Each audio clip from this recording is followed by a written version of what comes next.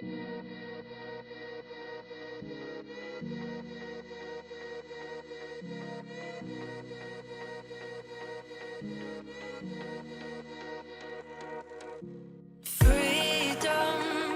I never had the chance to run. Leave behind the said and done. Figure out what's to come. Reasons, all the bigger things I can't ignore. I'm not getting what I came here for. Gotta get ahead of something more. So I think I found a new way out, way beyond a shadow of doubt. 'Cause I can't breathe. And I guess I could be stronger now and leave it up to fate somehow. But I'm doing this for me.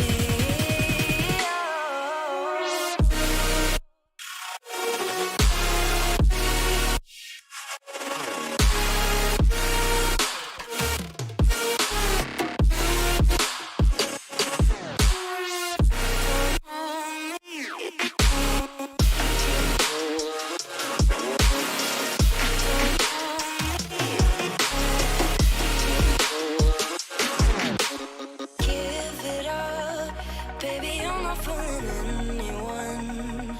Always going on and on. Can't you keep it to yourself for once? Oh, I think I found a new way out, way beyond your shadow of doubt. And I can't breathe.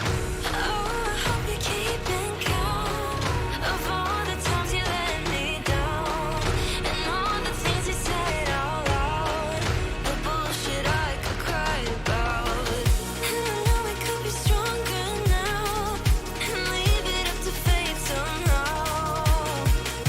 But everything I do for me.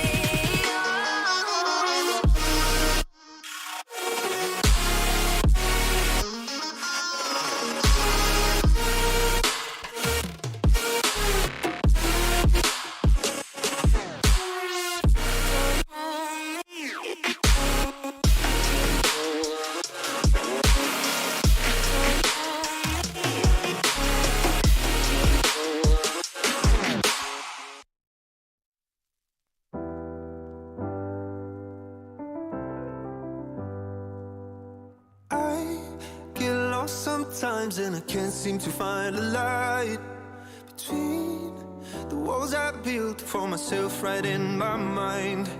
And then you came over and you showed me love that I never had seen before. And now when I got you, it's all gonna be alright. Thinking about all the things we did tonight, what a time to be alive. Just you and I, just you and I. Only you can put the fire out. You can turn it all around. You can lift me off the ground, so we can fly again, so we can fly again.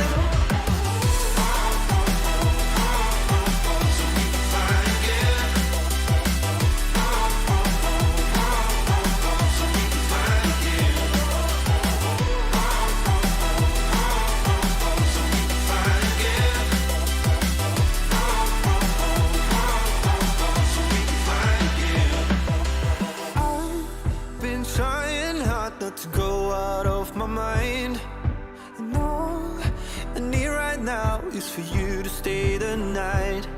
But if you keep saying that you've got to leave, then I'm gonna be alright. As long as you tell me that we ain't running out of time.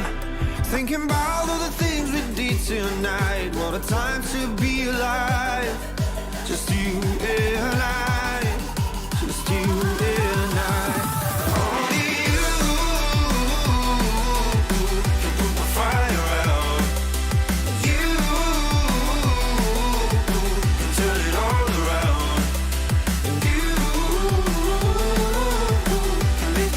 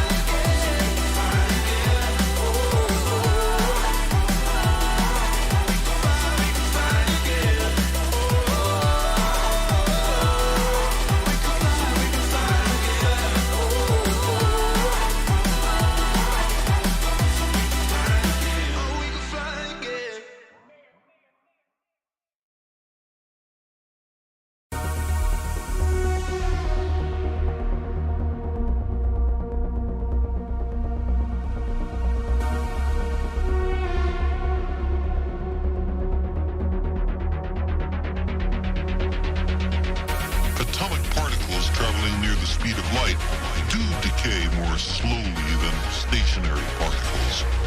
As strange and counterintuitive as it seems, time dilation is a law of nature.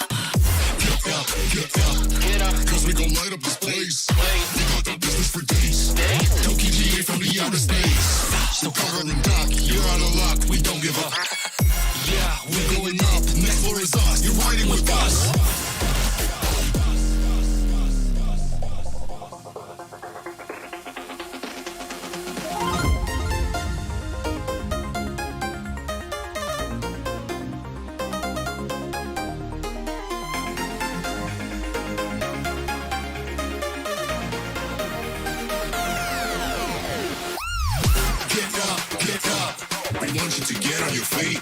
Stand up, stand up. Come on, get loose with the heat. Right now. Leave the body till we black out. So get the fuck up.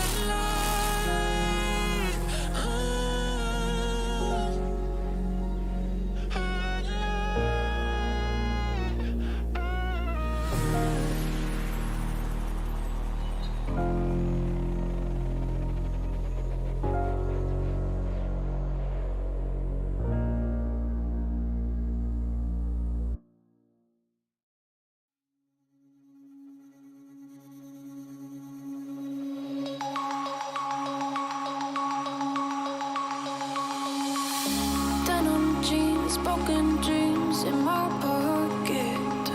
Golden thing round my neck like a locket. Carve your name in my mind, 'cause you caught it. You caught it. You're golden, golden. Honestly, you know it. Me under the street light at the so I could show you. You're golden, golden. Honestly, you're glowing. Me under the mezzanine just so that I could show you. You're golden. Yeah, you're golden. You're golden. Yeah, you're golden. Golden.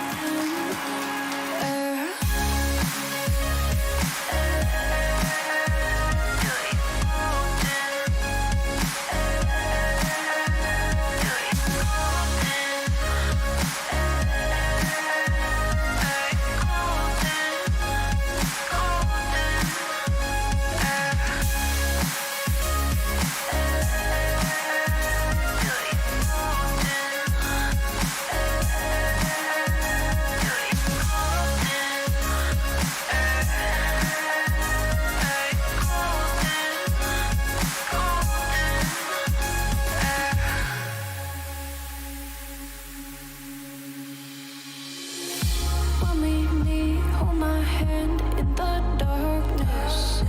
Summer heat, bodies lay on the carpet. Eye to eye, glistening, no, I saw it. I saw it. You're golden, golden.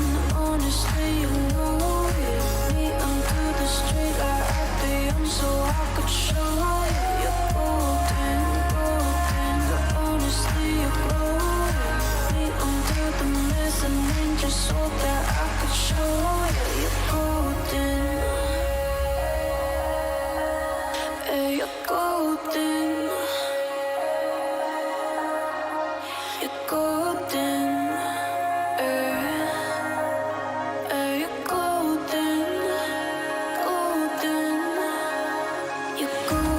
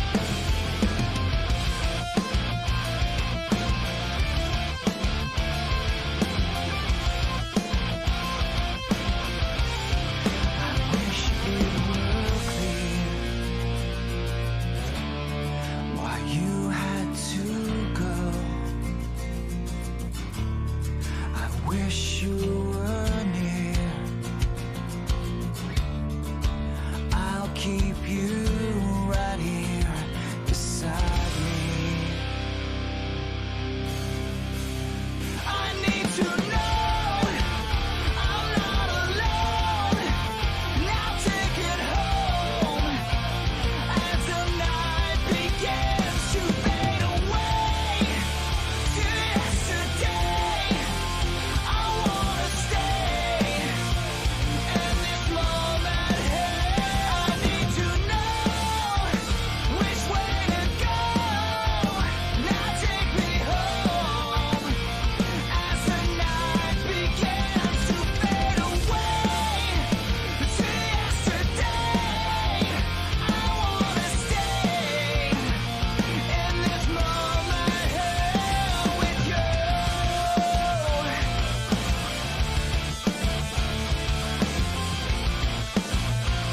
In this moment here with you.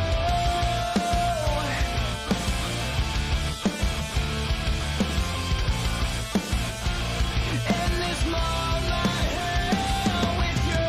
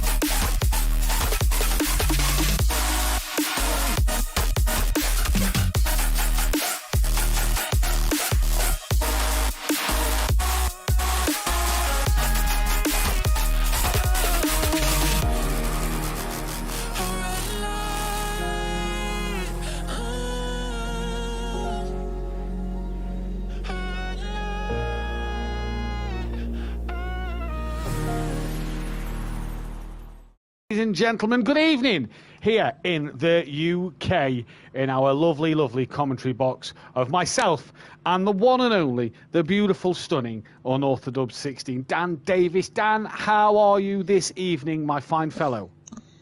Konnichiwa, Mathew. Yokoso to Sakitto.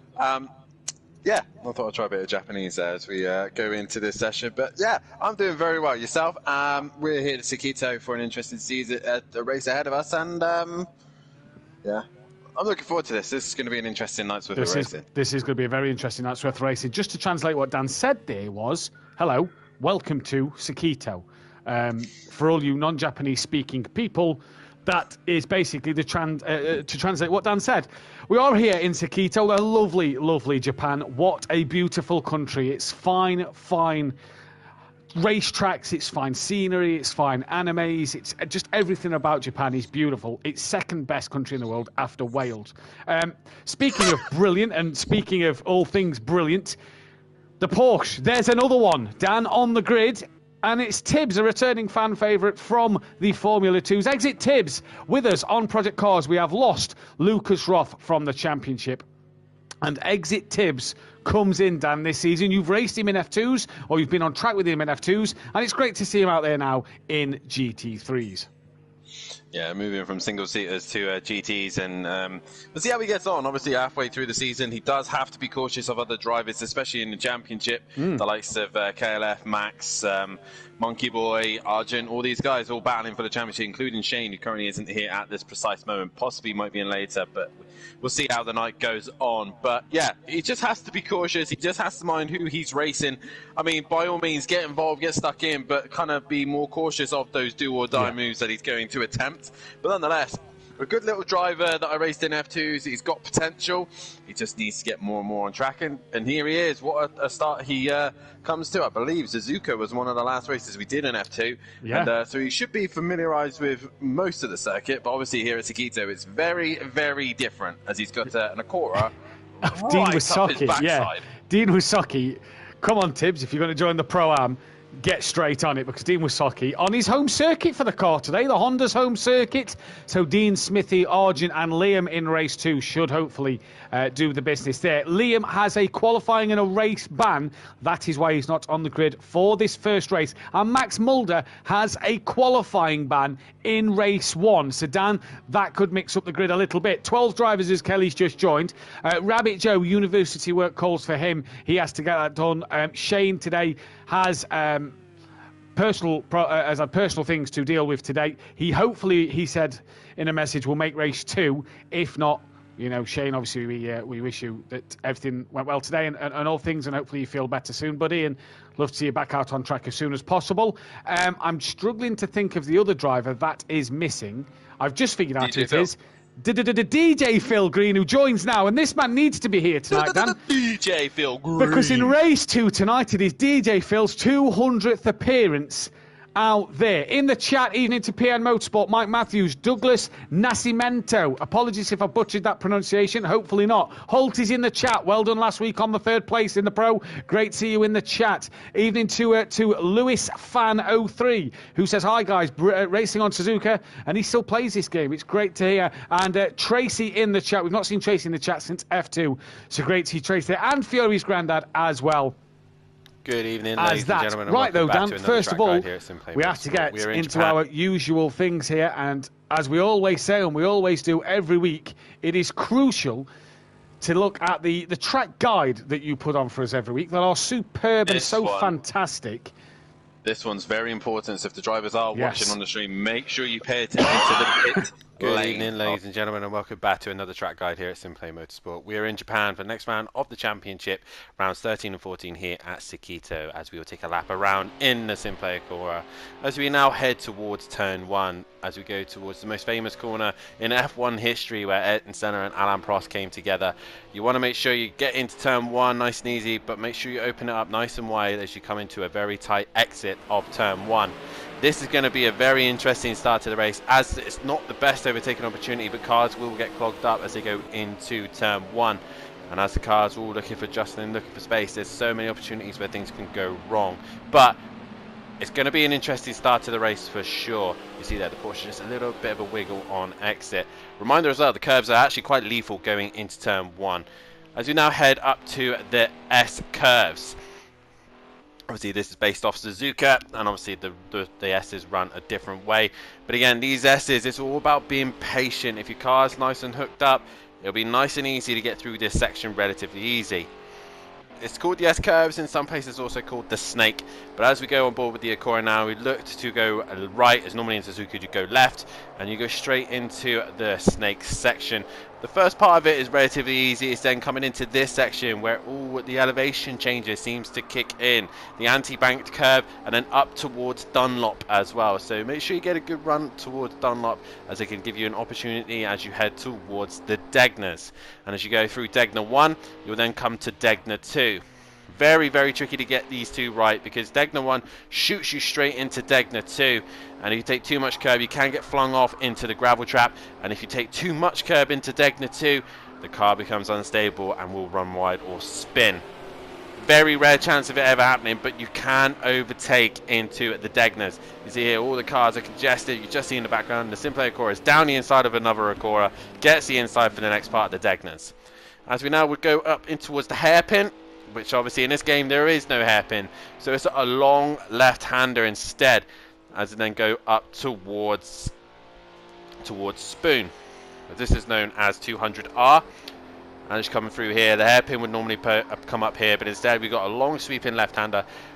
Most of the time you get that pretty much flat depending on the car and how it feels, and then up to 200R, and again relatively easy flat, a good slipstream opportunity to come up towards the world's famous Spoon.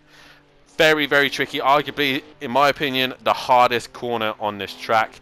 You get thrown into it like turn 1, but instead it's high curves here, and if you run just a little bit too wide, the car becomes unsettled and it wants to snap and kill you. You want to run towards the outside and try and get the latest apex as you possibly can to give yourself the best run through the back straight. Again, Spoon's another opportunity where an overtaking can happen. You see here the project cars Acura down the inside of the Aston Martin, but in the background our Simplay Acura has a look on the Aston Martin itself. It's all about getting a good run out of Spoon, because it will then lead you up to 130R to try and get the best attack into the final sector. As we go down the back straight, we do come past the most famous corner here at Suzuka, the 130R, where Alonso famously went past Michael Schumacher. And you can see there the Acura just clipping the cone, trying to make as much advantage of that inside curve so it doesn't run out too wide. Into the final corner, where famously Disco in the GTEs rolled it and flipped it. But here, hopefully we won't have none of that. Once again, Simplay Acura coming towards 130R. Try and take as much curb on the inside as you can, so you do not have to touch the outside curb. A little wiggle there, and you can see there the Acura just a little bit unsettled, then flinging itself into the final corner and trying to get the best run towards turn 1. If you've had a good run through 130R and you've had a very good run through the final corner, it can set you up for a great opportunity to overtake. Here's a very rare opportunity where you can overtake at 130R, but you need significant car advantage. You need to be right up the inside to get the job done. And also in the final corner, if you had a great run through 130R, as you can see here, both Acuras very stable through there. The Aston Martin was loose and has allowed both of the cars to get a slingshot and work its way past the Aston Martin towards turn 1. So those are a couple opportunities here. The most important thing is though pit entry, guys. This is the important bit. Making sure you come into the pits at the right entry, as it happens all the time. There's a little chicane. The old actual chicane in real life is what it would be. The Casino chicane. Here's been slow mode. You do not want to go through this bit where the cones are. You want to go through this gap here. Practice it in practice if must be. Do this practice entry all the time, because this has to be done. When you come into the pits, make sure you stay to the right hand side of the track and head your way into the pits. And as you saw there, those red cones are the limiter. The green cones, you come off the limiter. There is no white line, but make sure you stay as far right as you possibly can as you come back on track.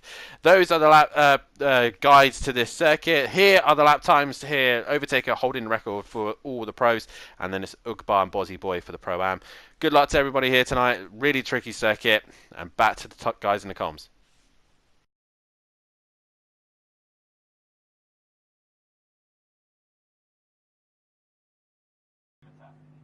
Thank you very much then, Dan, and we are back here then live for the action then. And if you missed anything from that, it was a very good explanation from Dan. Obviously the drivers need to make sure they take this pit window at the pit lane absolutely correct. It is so crucial that they do, otherwise it could face a lot of confusion and maybe, in fact no, I do believe even penalties into this one. This is like the third running here at Suzuka, so for the regulars, they should know what to do in terms of the pit lane. For the newbies like Tibbs and maybe Max, maybe they'll have to make sure that they have listened to it. It was posted on the social media, on the Discord, It's been on the YouTube all the time, on Dan's YouTube all the time, who does these lovely videos for us, and obviously played tonight. So they have to make sure. Either way, Sakitto then rounds 13 and 14. It's a 5.807, 3.6 mile long circuit. It's got an elevation change of 40.4 metres. That is 132 foot. It opened in 1962, a good 30 years before I was born. It's an FIA Grade 1 circuit. We know the Formula 1 comes here. They like to do about a half an hour race because of the rain, and they like tractors on the circuit. We won't have any of that tonight. That is a bonus. It is a 15-corner track, not like the F1, a few more corners in the F1. And although that graphic says clockwise there, it is actually a figure of 8 circuit, as we do go clockwise and anti-clockwise. As Dan said in his lovely description of on the track guide, Pro-Am qualifying record, that Buzzy Boy, a 142.204, with Chuck Bar's not far off. The race record, a 143.292, with Chuck Bar holds, and is currently beating at the moment in terms of Pro. Kelly and Smithy can get 10 ones later. Most pole positions at this circuit, Andy and that Buzzy Boy with 2 pole positions apiece, and the most wins, Andy and Smoky Devil. So Buzzy Boy in race 2 will have a chance, Dan, to extend his pole gap over Andy in terms of the most successful at this circuit. He will indeed.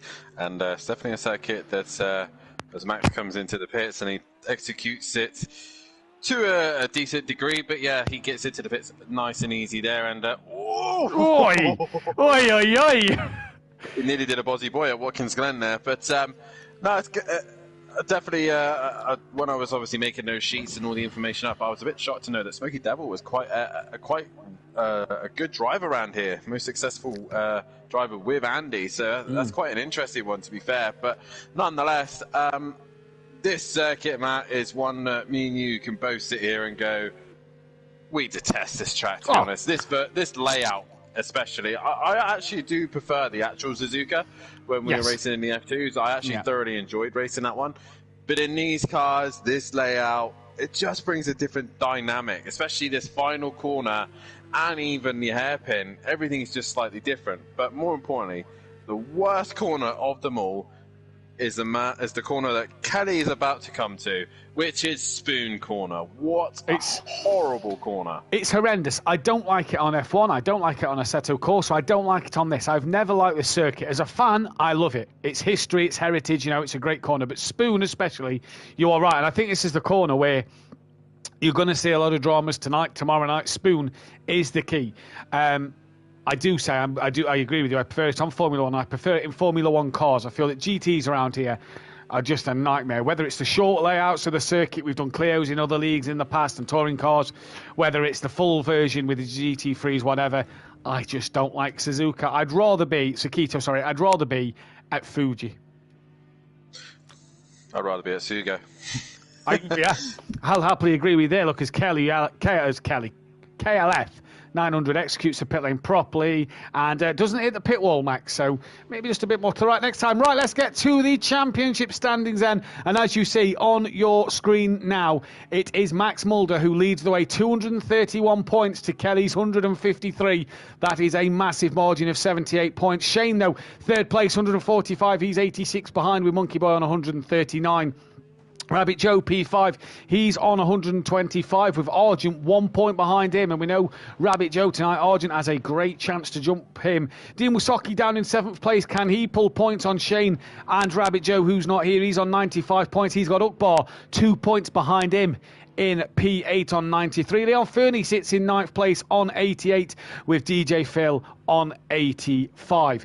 Bryn then outside the top 10, 78 points for him. Can he maybe get himself inside that top 10 tonight? He's looking good at the moment. P5 on track. Welshie down in 12th on 70 points, 1 point ahead of Smithy Smith. The old Titanic battle of Welshie versus Smithy rages on yet again. That Buzzy Boy down in 14th place with Stelstoff in 15th, and Tibbs brings up the rear on 0 points with no Lucas Roth. In terms of the Constructors' Championship, then it's the SRL Racing Team who have a 27-point lead over Audio Sport and 2 Old Pros. And I was expecting Audio Sport to kind of run away with this Constructors' Championships, but because of the last few weeks and the state of Monkey Boy's car at the minute, it hasn't gone their way. Super Crash Bros then They sit third place, 96 behind, with the SFA Acora Racing Team on 193. They are 30 points behind the Super Crash Bros. Terminal Velocity Racing then on 178 points. They are 16 clear of the Wakasaki Racing Machine. Simplay Racing now a one-man team with the loss of Lucas Roth. He's on 140, and MC Motorsport brings up the rear on 114 points. 324 Drivers' Championship points up for grabs and 564 Constructors' points up for grabs.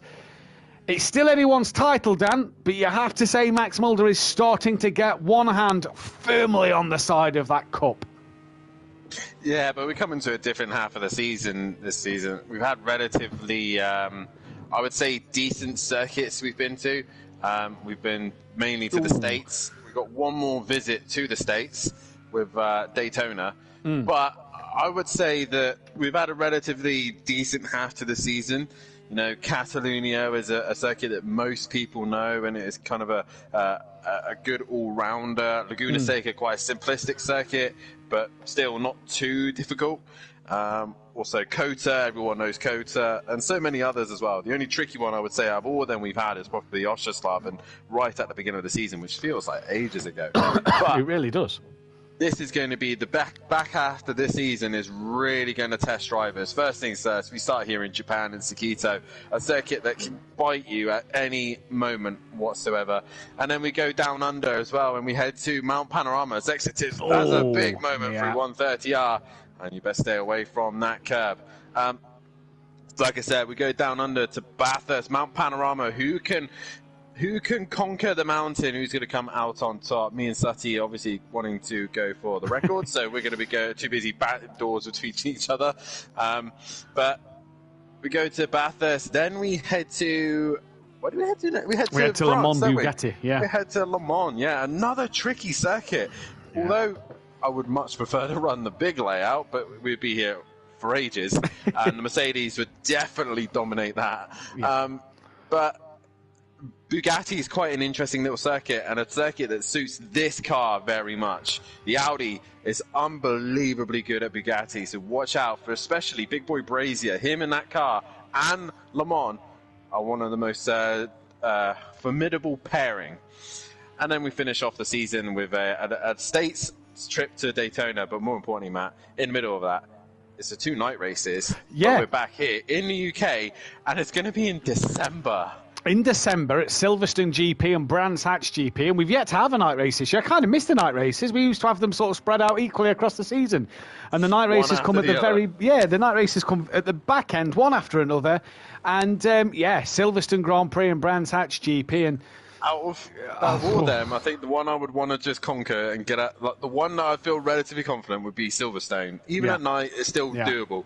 But Brands Hatch at night is it's not the most well lit circuit at night, is it? So not the widest either. No. So it's going to be a tricky one. I'd rather be if you was to give me a British circuit to race at night. I think the only other one I'd rather do is I'd rather do Donny, because I feel Donny's wider than Snet. I think at times Snet can be very tight, especially that last sector. Snet's relatively flat and simple. True, actually, yeah, very good point. Either way, we're not at none of them. We're at Brands Hatch and Silverstone, and like Dan says, this back half of the season is tricky, and it is going to take a lot of driver skill and talent to get this one done then, as Max doesn't look the most confident round here. He is 5.8 up on his lap time at the moment, and hopefully, obviously, with his qualifying ban, Dan, will start 13th place in this one, provided no one else gets in the session during qualifying. And I suppose if there's any way you don't want to qualify and ban, it's next week at Bathurst maybe. But for this week, it's still just as tricky, isn't it? Because with it being tight and twisty in that first sector, starting at the back of the pack, you've got to be patient, you've got to wait, you've got to play that game of waiting and being very patient to be able to get the job done. Yeah, definitely so. I think with this circuit as well, I keep saying it time and time again, but it is pretty much this kind of half of the season. If you can survive a whole race without making any mistakes, you're guaranteed a very solid points coming your way. I think the littlest amount of mistakes will guarantee you either a solid podium, good amount of points, but any form of mistake, any form of error and you're in trouble. So I think it's all about who can execute the best final end of the season. Obviously, in the Pro, it's going to be a lot more different. But in Pro-Am, it's whoever can execute the final end of this season the best they possibly can. Well, actually, last man set a lap time, I believe. It's actually Max. Max still yet set a lap time as well. So for this track alone, starting last for Max isn't going to be the worst thing. He just needs to avoid any trouble issues. Even if it means going off track, even if it means losing a little bit of time here and there, avoiding damage is the thing. You do not want to be coming into the pits with damage. Which, there is one other thing I forgot to mention in my guide on the track guide, the pit lane. There could be an opportunity where we could get a couple of time penalties. That's a bit of track limits there, Max. Yeah. Don't do that again. The pit lane has, like, steps. Yes. So the car can rev a bit hard and push a bit fast off the pit exit, not pit exit, the pit box, and it revs, and it could cause the cars to go over the speed limit. So that's something they're going to have to keep an eye on. That's another track limits violation there from Max as he comes flying into the pits. But that is the end of the session. Oh, he messed that up. Twice we've been on board on Max in the pit lane, and twice he's nearly messed it up, and that looked like it was a bit quick into the pit lane, and he nearly spins again. But you're right, there is like steps, and I don't know why they are. He nearly spins again, but you're right. There is like steps, and I don't know why they are here on this game, and you can just kind of see it there on that angle, actually. You can just see where the paintwork slopes down a little bit. Either way, Ukbar, the fastest man in practice. We head into quali. Dan, before we get that continue to race, tip for pole position? Oh, I'm going to say he's looking good for it. I'm going to say the Flying Dutchman. It's hard to go against you. It really is, because he looks on form, the only man in the 42s. To make things interesting, I'm going to throw Dean in the hat. To make things interesting, just so we're not picking the same man, I'm going to throw Dean in the hat. Why not? Just so that everyone can see what I was on about by the pit lane. Look to the right-hand side of DJ Field, where the trap mat has popped up from. You can see that it's like got kind of like steps as you come out. I'll try and find the driver that's coming out. Trying to nail this. Oh, KLF has got himself a penalty. That's a good start for him. Possibly for the reason you've just spoke about, Dan. The steps is possibly the reason why he's got that penalty. No real rush for drivers here to come out on the track. Ukbar at this circuit does have a pole position with him. There you see from Leon Fernie, look, it just stepped down kind of off the step to come out the pit lane. You can see there, like Dan says, look, steps in front of each garage, and it's kind of like two abreast, and then you have to step up again. And I don't know why. It's as if the garages wasn't built level at Sakitto. Luckily, they are at Suzuka. Dean, though, the first man out on track, Dan. And track position round here for qualifying is key. It is. It is very key around here. I think possibly the reason why they're like that is because, obviously, Japan is known for having a lot of wet weather. So maybe that's for stopping flooding. Either way, it's there, and it's something the drivers might have to keep an eye out. If they feel like their car's about to break traction or speed or whatever, it might be the reason why they're on the step. But Dean is the first man out. Dean is the first man out. Tonight, then, what can be achieved tonight? DJ Phil, 200th race for him in race 2, provided he starts both races. Porsche, they still are looking for that one win for its 50th race win in this Simplay Motorsports GT3 history, if you will. It's based off of the manufacturers from ACC and Project Cars. In terms of statistics, obviously, we mainly run the GT3 League. That's why we have their stats awarded to us then. So Dean gets us started with a lap. Max and Bryn still in the pits. Bryn is able to qualify, Max not. So Max at the minute will be starting 12th ahead of Bryn. Bryn could do getting himself out there and can qualify in this race. Do excuse me then, as drivers coming through Spoon. The three at the first corner at the minute, Dan, are interesting me. I don't know who they are, but them three at turn 1 are within pretty close proximity of each other. It's not Kelly, it's whoever's just in front of him. I believe potentially Ukbar. One's Smithy, one's Welshie, and the other was Ukbar. He's returned to the pit lane. Well, there you go. Well, Exit Tibbs starts it off by putting it on top of the session. He will start pole position. Imagine that. Exit Tibbs starting on pole position for his first race here at Simplay in the GT3s, the big league. As Dean's already gone back to the pits, so it will be Phil, I think, who's going to be the first man that sets a decent lap time. Phil, once again, as he always does, usually the first man on track. He is, and I wonder if Dean had a moment then, because his first sector time was actually pretty decent, but then gone back to the pits and will have to do his outlap all again. And a pretty long circuit, nearly just shy of 2 minutes of circuit, 16 seconds shy of it. So you really want to be out on track as long as possible, especially in these cold conditions, to get them tyres up to a good temperature. As Phil comes through that second sector now. No, there's nothing on my timing screen, so he's Phil on an outlap then. We'll find out in a moment either way. But Tibbs, currently your provisional pole man. We are nearly halfway through this qualifying session, and no one's set a respectable lap time yet, Dan. Yeah, well, like you said, it takes about 4 minutes just for him to get around. So DJ Phil has gone out and he's crossing the line now, and he does set the respectable lap time, and he goes a 14.98. So good start there for Phil. What can everybody else do? Kelly exits the final corner. He will be on I believe we think one grid place penalty. So at the minute, comes to the line, he goes top of the table.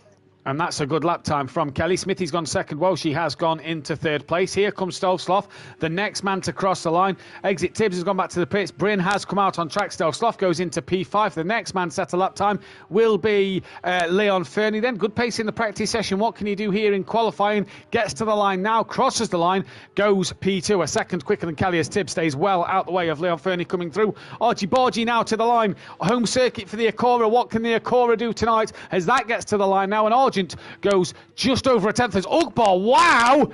And the man for pole who's been tipped in the wall, he'll probably be back to the pits and straight out again. Look, Dan, as Monkey Boy crossed the line and goes P3 at the moment. Dean Wasocki on his outlap now, starts his flying lap, and with Ukbar clearly struggling at the moment, Dan, there's a chance for maybe an upset on the pole position here.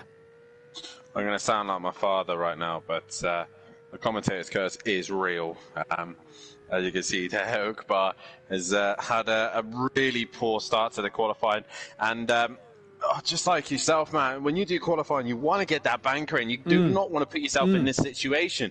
You're just leaving it all on the line. And then you end up, I'm going to have to be a bit cautious now because I need to get a lap time on the board, at least have a decent start. You know that Kelly's got a penalty, so at least then you can get near him. But Bryn towards the line, what can he do in the Ferrari? I think that's his outlap. Yeah, it is his outlap. But DJ Phil back to the line again, and Phil goes up to P3. So that was a good lap there from Phil. Yeah, indeed it was. So I believe the next man to cross the line will be Welchie or Smithy. I do believe. It might not be, actually, because Welchie must have made a mistake this lap. It is Smithy. Behind him is KLF. So watch for Smithy's name on the timing screen. Then he stays P6. What about Kelly? He comes to the line. Stays P4 at the moment then. What about Welchie? He stays P7. Next man to cross the line will be Stealth Sloth. So what can he do then? Can he improve on his P8 lead 0.6 of a second? Smithy's back in the pit lane as is Monkey Boy. No improvement there. And Dean Wasocki, Dan, another man who's not yet got a proper lap time in. As Exit Tibbs, I believe, is on his outlap. No, he improves by 1.9 seconds, goes P10. Dean Wasocki, like Ukbar, Dan. It was an outlap.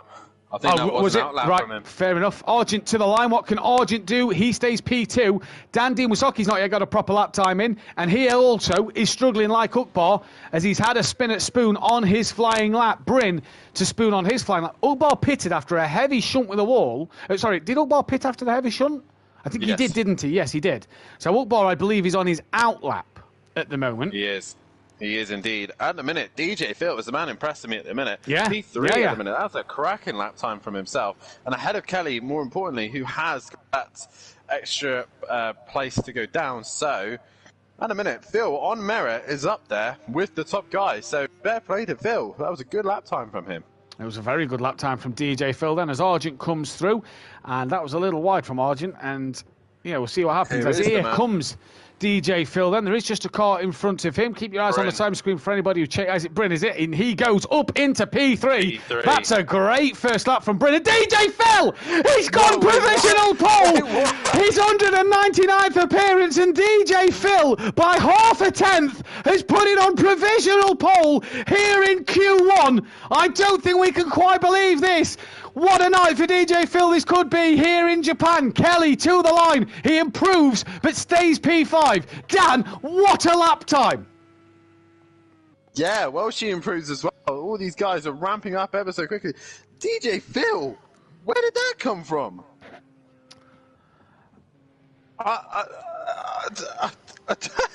That's actually blown my mind. Leon Fernie now towards the line. Is he going to improve? He needs to find half a tenth to get in front of him. He Does doesn't. do it? No, No. Arjun now. Can Arjun find it? No. Wow, Dan. 1 minute 23 left. Them two are on their last laps. Who's the next man to the line? They're coming through 130 on Monkey Boy's now. just gone through. Monkey Boy's gone through. He stays 7th. Who's that? That is Ukbar and Dean Ukbar. Wasaki. Arjun's done. He is done. Stelsoft's done. Smithy's done. Arjun, Dean Wasaki and Ukbar now. Ukbar, a lovely slipstream through this part of the track from Dean Wasaki. Dean to the line. Can he strip pole away from DJ Phil? No. Ukbar does by half a second, and it's a terminal velocity racing 1-2. The British car on provisional pole here in Japan, and Dean has to go again. Argent done, Downing P4. Here comes Bryn. Will squeeze one more lap in, and the Ferrari man, solo Ferrari tonight, comes to the line now. And what will his lap time be? He doesn't improve. He gets one more chance. DJ Phil is on one. Here he comes to the line again. Does he improve? No. So at a minute, the Ginetta leaving the British Touring Car package and is doing its justice here by leading the way. 1-2. What a lap time from these boys. Here comes KLF 900 down towards the line. He's 1.3 off of pole. Can he improve? He gets one more shot. He doesn't improve. At the moment, next car behind him, I think, is Welshie. Can Welshie find any more time? He comes to the line now. He's currently 3.2 down. He'll get one lap in. So now, next car, Monkey Boy, will be done. And Dan, Monkey Boy's only P9 at the moment. Yeah, the Porsches are struggling again. Don't know what it is, but the Ginetta is hooked around here. Even the Audis and the Acuras have got a little bit more. But Exit Tips is the fastest Porsche, and he's done. He starts P6 at this minute, unless Monkey Boy can find something here. Monkey Boy, then the top 7 are done. So Kelly's done. Monkey Boy is now done and goes P8. He will demote his teammate, though. Dean Wasaki still out there on a lap time. Here he comes towards the line. Then the last man to finish a lap. What can... In fact, no, I think Welshie's still on a lap as well. Apologies. What can Dean Wasaki do as he comes to the line? He's very wide. He's on the grass. Just keep it pinned. Keep it pinned. Can you improve? No. No. No. So Welshie needs 7/10 of a second then to beat Dean Wasaki in this qualifying session. But Dan, it's a Ginetta 1-2 provisionally at the moment. Oh, wow. That's mad. DJ Phil, what a lap from him. We kind of expecting it from Ukbar, but DJ Phil, what a lap time to put both Ginettas on the front row. That's great. Welshie to the line then in a moment's time as he comes through Spoon and heads towards 130R. Not done yet. Is he up on his time? Oh, no. Now, unless he's losing a lot of time through 130R, and I mean a lot of time, I don't think this is going to be much of an improvement for Welshie, but we'll see in just a moment. Yeah, it's not just 130R, he needs to negotiate, it's also the final corner. You could take this line so many different ways. He comes into the final corner, and towards the line he comes. Is it an improvement? I very much doubt it. Yeah, I don't think so here, but Welshie to the line, then can he knock Dean down a place? No, he can't. He will stay in P10. So your pole sitter, Ukbar, by half a second from his teammate DJ Phil. What an absolute mega lap that is from them two. Leon Fernie on the second row in P4 with in P3 with Argent in P5 for. Row 4, Exit Tibbs, P6, with KLF in 7th place. In 8th place, because he will lose that one spot due to the fact he'll have to swap it with his teammate Monkey Boy, who won't line up alongside Dean Wasaki. It will be KLF lining up alongside him. Welshie down in 10th with Smithy 11th, Stelsoft 12th, and Max Mulder 13th. And for Tibbs on his first out in P6, that is a great run. Fastest Porsche on the grid. Definitely so, but now he's thrown himself right in the middle of all this. He's literally slap bang in the middle of this grid, and it's a Ginetta 1-2. Ukbar taking pole position. Did he take the pole record, a 134.0? I don't think he did. No. So the record is a 42. Oh, okay. So Ukbar just missing out on taking both records there. But either way, he's on pole. He's got his teammate right next to him. So that's one thing he's got to rely on. But the more important question is, what can this man do from the back of the grid at a circuit where it's very, very... Yes, we'll find out in just a moment, won't we, what Max can do on this race and on this track. It's going to be a tricky one for him, like you say, Dan, but we'll have to see what he can do. He's got some quick guys just in front of him, Dan, and as well, with Shane not being here, he's got two of his championship rivals really close to him, Monkey Boy and KLF. Yeah, definitely so. But they'll be want to get through this pack as quickly as possible, just as much as Max will. But Argent really is the man who's looking in the best position at the minute to try and score decent points. He's just got to work his way through the guys in front of him. But tips for race win? Got a hard look past Ukbar, to be honest, Dan, yourself? I'm going to go with Max, I think. Fair enough. Fair enough. But I really want this to happen. I really do. I want to see Exit Tibbs on the podium. That'd be nice, wouldn't it? Well then, that puts the Ginetta ahead of the McLaren on pole positions, 23 for them. That puts Ukbar ahead of Fury on 16 pole positions.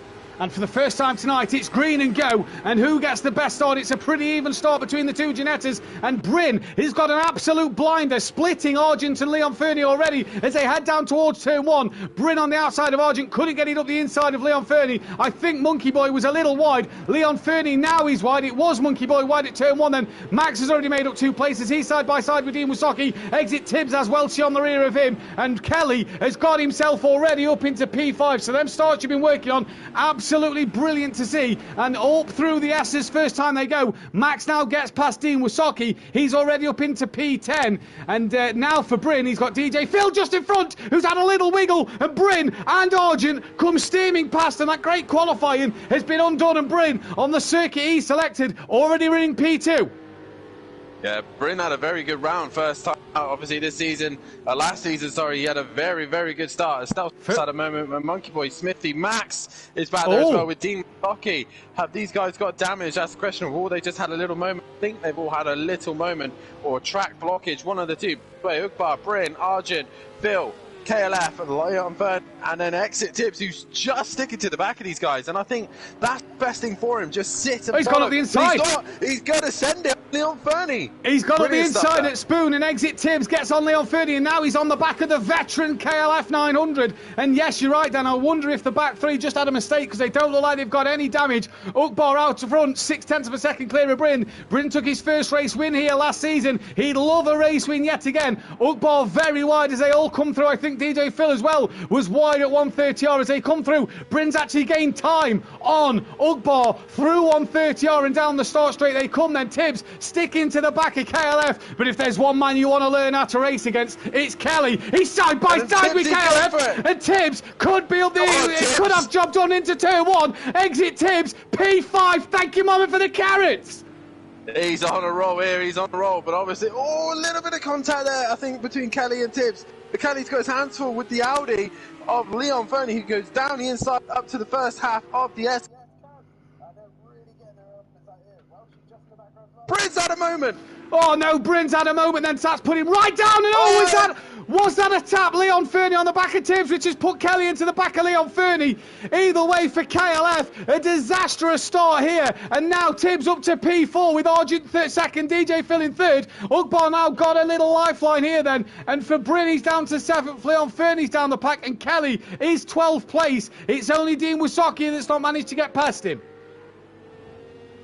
Yes, Dean is the only one who's not been able to, but the pit window will come soon and he knows how to work that, as Max has gone very wide there into Degner 1, so he's struggling ever so slightly. Now Exit Tibbs is on DJ Phil. He's fighting for a podium position here. He is fighting for a podium position, and what pace from Tibbs at the moment in this race. Obviously, long way to go. Pit window opens at the end of lap 5, and Tibbs looks like he's got that Porsche hooked up something beautiful at the moment, and down the straight towards 130R he goes. How brave is he into 130R? We've seen him into turn 1, we've seen him into Spoon. He has a look up the inside of Phil, and Tibbs, probably sensibly there, has a big lift, a slight dab on the brakes, and gets right out of that one. He does not want to be involved in anything there. He did a lot of laps at F2 with Suzuka, and I think he knows well enough about what on 30 hours. He probably thought better of it. Just follow DJ Phil. He will make a mistake eventually. Smithy and Bryn. Oh, whoa! What has happened to Bryn? Max is down in last place. Bryn, that is fine. That is acceptable, the use of the reset button there. Has he had a coming together with Smithy? Because Smithy's got front end damage, Dan. He's off. Look at his bumper when he spins it around. There is front end damage to that Acura. And we saw Bryn in the air. That Ferrari is undrivable. He will be coming into the pits, and I think Smithy will be on the pad and be very, very tricky for him. As exit tips is once again putting pressure on DJ Phil. These two are really impressive right now. Yeah, really impressive at the moment. It's been fantastic from them too. As Tibbs, you just see patience at the moment coming through. Phil, too much contact. Take the one. Oh no, Tibbs. Bit of damage maybe on the front of his car. And now, question, does Dean Wysocki get past DJ Phil? It was a thing of last week. Can he get it done? No, because DJ Phil is back going once again. Yes, indeed. These two both in the pits, and they finally got themselves going. Leon Fernie now starting to put pressure on Welsh, and I knew this race would bring drama. I knew it would spice things up this race, and so far, Ugbar is looking very good out in front with Arjun not too far behind him. Max is having a horror show right now. He is having a horror show, and with Kelly and Monkey Boy ahead of him, they're going to gain points over him in this race. 13 started, which means top 7 cannot qualify for the next race. So Kelly can, Monkey Boy cannot. Max would be able to qualify at this moment. Leon Fernie gaining on Welchie then as they come to the final corner. Tibbs is now on the podium at the moment. He is indeed. I may have called one wrong, but hopefully I'll call the other one right. As I think Tibbs has had a moment. He was very slow, I think, for a minute there. I wonder if he had to get off the throttle to because he was running a bit wide, I wonder then. Didn't see anything, but I wonder if that's the case. I wonder if he's gone a little too wide and had to get off the throttle.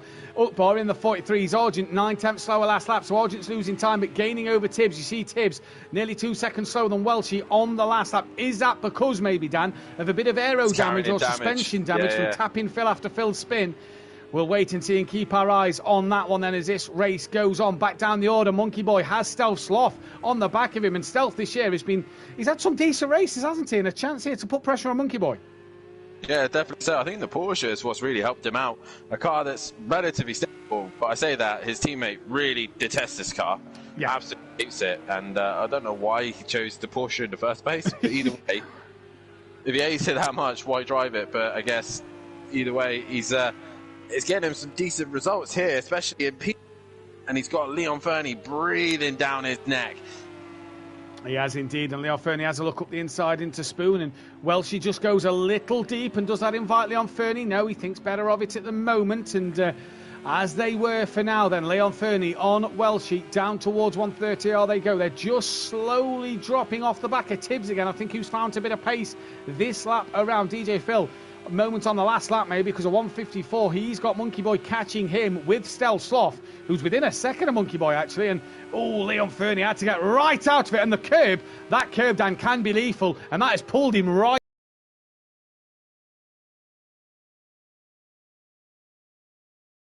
Yeah, he got hooked on it. Arjun currently just cruising out in second place.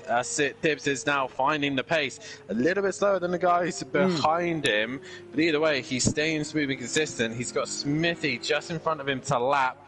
So at the minute, Tibbs has just got to focus on going forward. The battle I'm interested in at the minute is down in 8th place. Stealth Sloth is actually lapping a little quicker than Monkey Boy. Each lap so far was a half second quicker. Not last lap, the lap before, and this time around was nearly 2 seconds quicker than Monkey Boy, Dan. So at the moment, Stealth Sloth lapping a bit quicker than Monkey Boy so far, and it's looking good for him in this race. Leon Fernie once again look right on the back of Welshie as they come towards the Degners. Welshie puts it in the middle of the road. Leon Fernie's got a lot of work to do from there, and maybe just outbraked himself a little bit. Keeps it in the track limits and goes through Degner too. All these guys catching... No, that is Smithy, sorry. That is Smithy, yeah. So I thought that originally, but Arjun already up into Spoon. But obviously Smithy being a lap down. Dean has found some pace. He's on the back of Kelly, and Kelly I think is carrying a little bit of damage on the front of his car. Tapped the back of Leon Fernie, didn't he, early on when he had the spin? I wonder if that has given Kelly some damage, and that's why Dean maybe able to get onto the back of Kelly here. Max has dropped well off the back of Dean, to be fair. Some 6 seconds, Dan.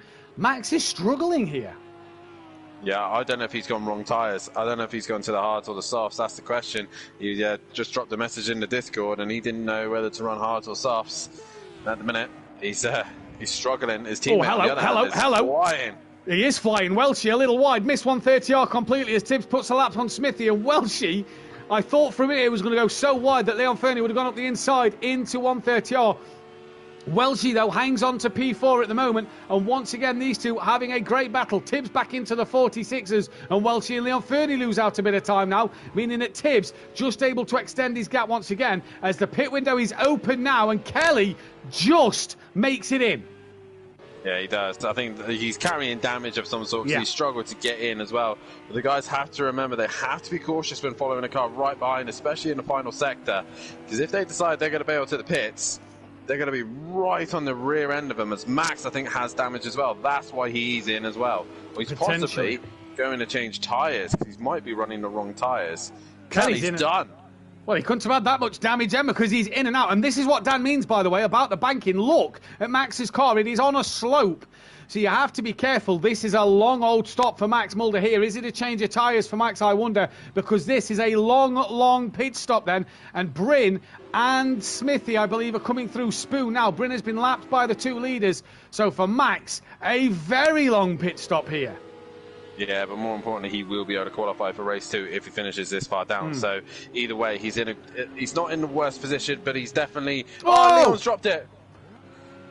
On his own, round he went. I gotta say, Welshie's doing a fantastic job of absorbing the pressure there of Leon Fernie, and in the end, Leon Fernie's the man that cracked, not Welshie. So now he can focus. Is that Bryn? Yeah, Bryn's in the wall there. Not sure what's happened there. Bryn is in the wall and not moving then. So I'm not sure what's happened. Oh, we've lost Bryn. So I'm not sure what's happened there, but we have lost Bryn from this race. And that will then be one retirement here as Argent then at the end of lap 6 comes in. Is he looking for an undercut maybe? Possibly so. I think the problem is, though, Ukbar just seems to be in a groove out in front. And maybe Argent's just looking to try and just get his pit stop out of the way.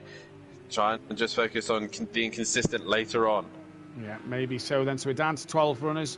Smithy gets on the grass to stay out of Welshie's way as Welshie's chasing down Exit Tibbs, who we believe is carrying a little bit of damage, and DJ Phil on the back of Leon Fernie now after that spin, and Dean Wasocki into the pits. Hey, that's early for Dean, isn't it? That is very early. Maybe he has got damage and he's going to get rid of that as quickly as possible. Is he reacting to Kelly as well, I wonder? Possibly so, but Kelly, with a fresh car now, can focus on trying to hunt down the guys in front of him. He's got clean air. He has no one in his way. It's all about just pumping in those lap time. Deans, I think, is already on the move. Yes, he is. So Kelly, I think, should easily clear him here. Yeah, I think so. 230 kilometres an hour. Kelly should get past Dean Wasocki as out the pits, and off the limiter goes Dean now, and Kelly gets that job done. And Dean sees that Porsche disappear into the sunset then, but more importantly, Dean's pit stop's done. Others having to pit. Argent's P8 then, so he has got a bit of traffic in front of him as well. 4 seconds up the road is still soft, so for Argy Bargy here then, he's got a bit of traffic to clear, but unless they pit at the end of this lap. 4 seconds at the minute is the gap, as Leon Fernie, he's not lost that DJ Phil, he's actually pulled a gap to DJ Phil, and Welshie trying to get back on the rear of this man now, and these two really doing the job for the Porsche teams at the moment, for the Porsche cars. They are indeed. They are indeed. They're just keeping their noses clean, staying out of trouble. And eventually they are going to have to come into the pits. But they're looking good. Ukbar, look at the best at the minute. The only man who's doing consistent 45s. He is in a world of his own right now, and the only man who can stop him is him.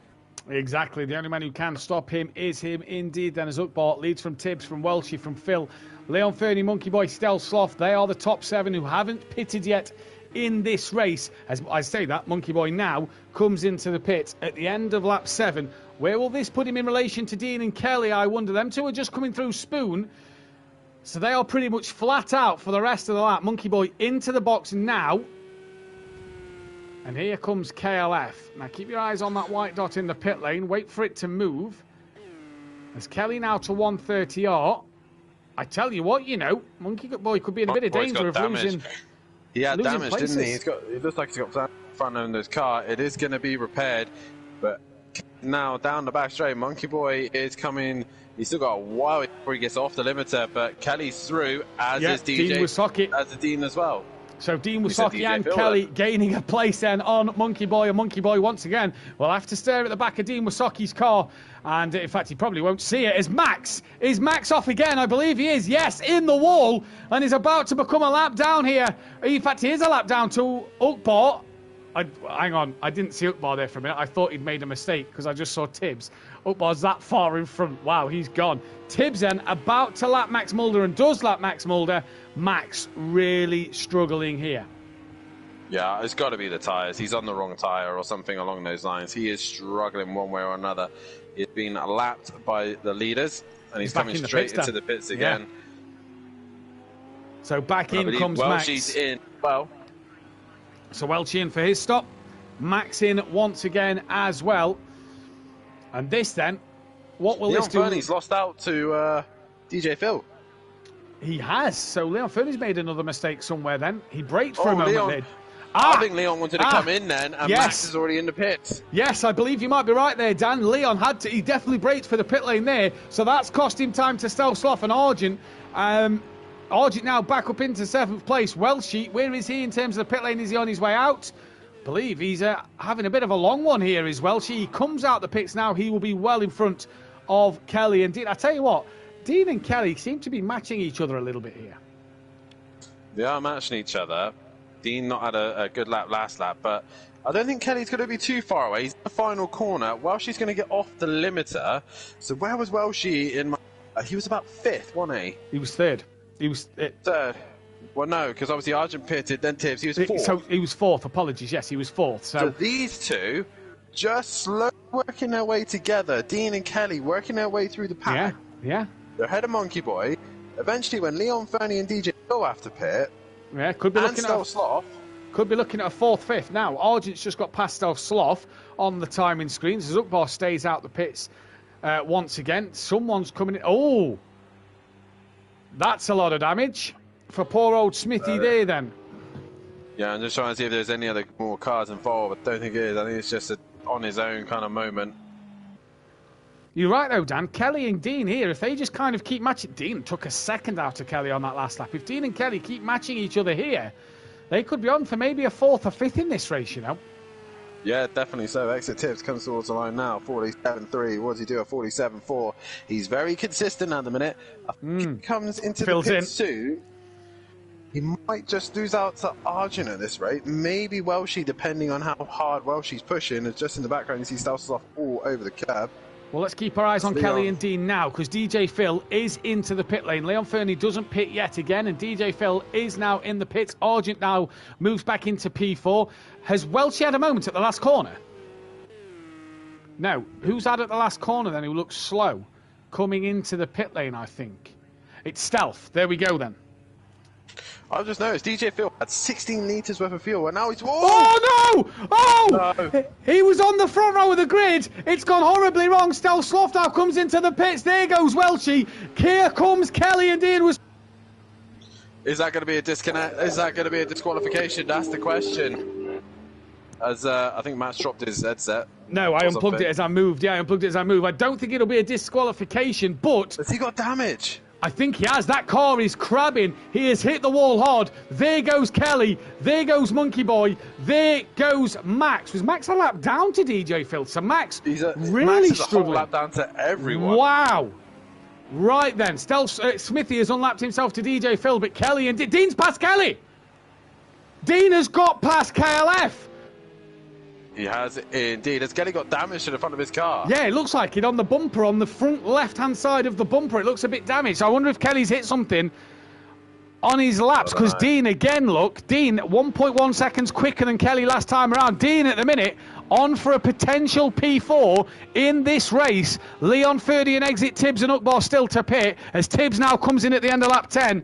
Dan, you can't make stuff like this up at the moment. Phil started on the front row, spins in the pit lane, and is now crabbing his way back to the pits.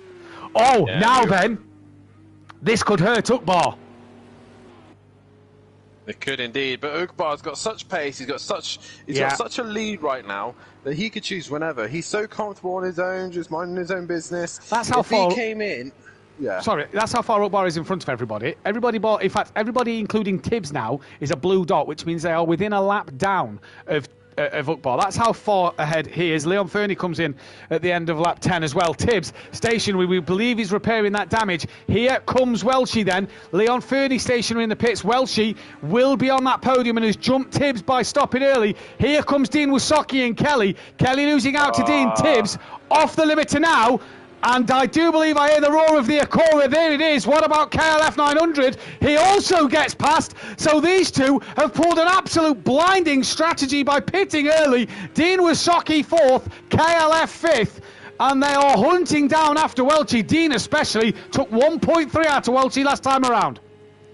It was nice as it was for Tibbs to be on the podium, but nonetheless, a long pit stop for himself there. But either way, he will now be following KLF once again, and we'll see what he can do behind Kelly. But either way, Dean's off! Dean's gone off! Dean's gone off, coming up the hill through Dunlop, and all that good work he done is now been put to bed. He's down in P6.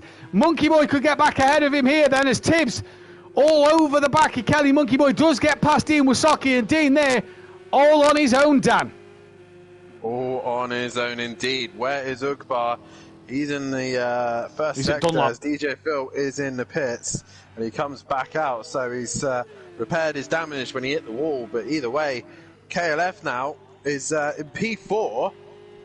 If Welshie makes any mistakes, then KLF could get himself on the podium here. Now, apparently, I have a crackly microphone. I believe that is the headset connection to the controller.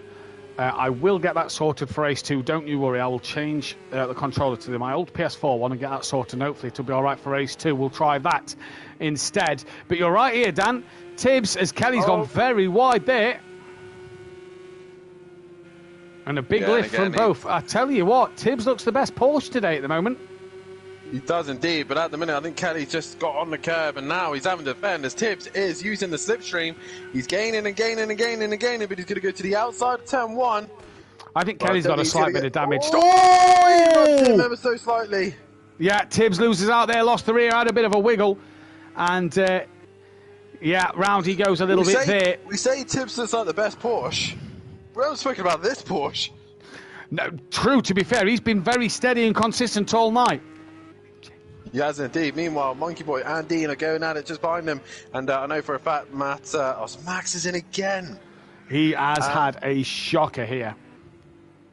I know for a fact that you'll be loving this little scrap right now. I mean, in all fairness, I think the fans will be loving this scrap right now. If they know the banter that goes off, I think the whole community... Oh, and he's gone round again. Dunlop twice, Dean has lost it and now loses out to Leon Fernie, and all that hard work Dean had done, pitting early and everything, has gone to bed. Now Leon Fernie's in that top 7. Dean will be able to qualify for race 2. Max in the pits once more. Where is Smithy in relation to Max, I wonder? He's at the Degners. Max is away.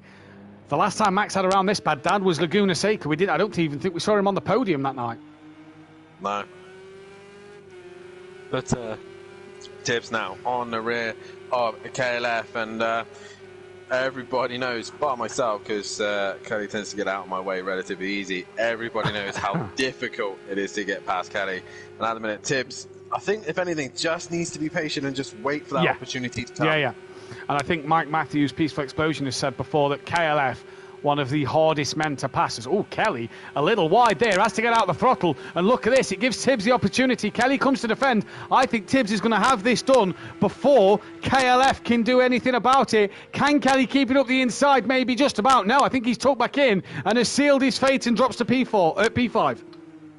Yeah, so Tibbs had a better run out the final corner. Kenny made his one move, and that was it.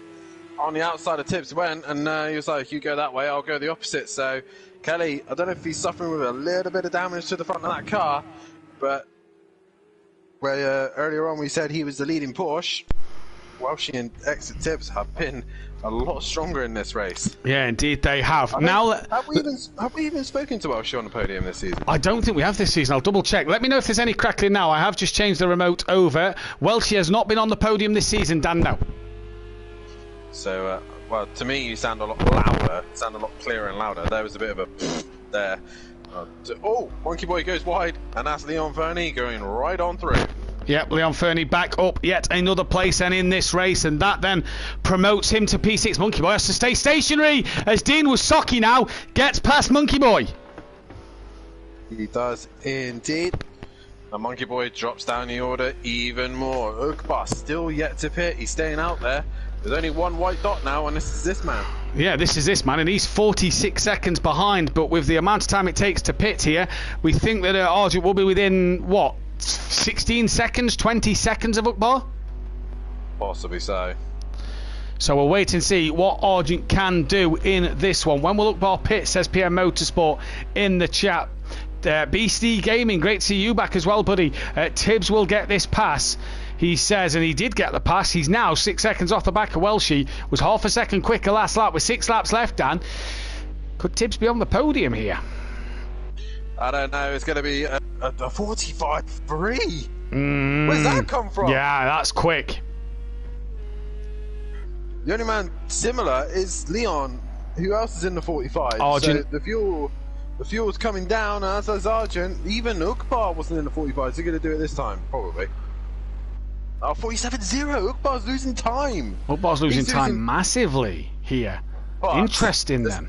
Yeah, but he's still got such a gap. Let's be honest. I think it's roughly 28 seconds a pit stop. Yeah. So Argent's got to hope that Ukbar has a Argent's got to take nearly 19 seconds out of Ukbar in the next 4 laps if he's to get anywhere near Ukbar in this race. It's great to see Ukbar up there. Tibbs and Welchie, then that gap 5.1 seconds. We'll have to keep our eyes on that. Are we sure Kelly's not got a bit of damage here? Because 49.5, maybe he's made a mistake somewhere this Leon's lap. hunting him. Yeah, Leon Fernie could be on to pass him here.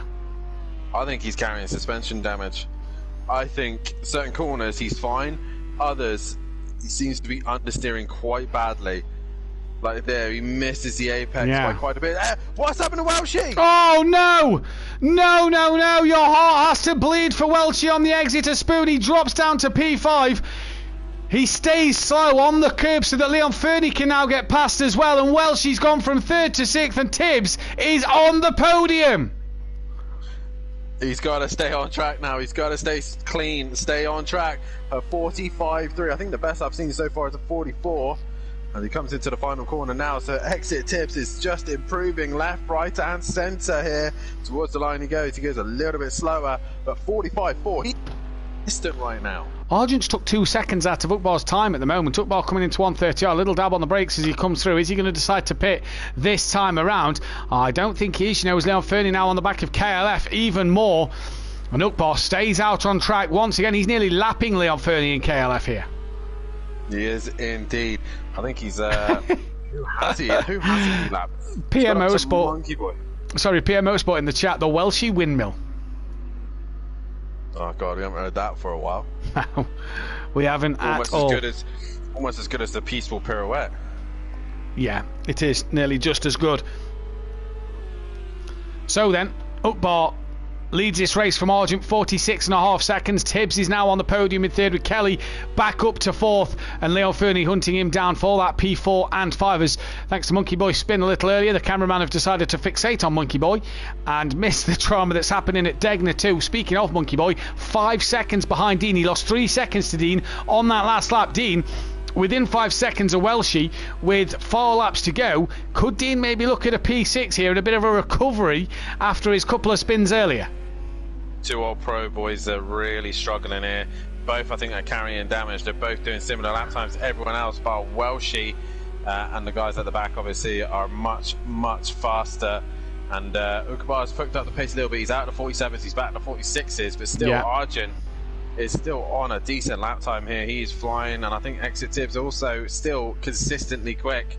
So Leon Fernie at 44.9 last time around. Obviously he's coming to the line now. Kelly Slipstream. Beastie is 20 lap race. Ukbar is on lap 16. These two are about to start lap 16 as well.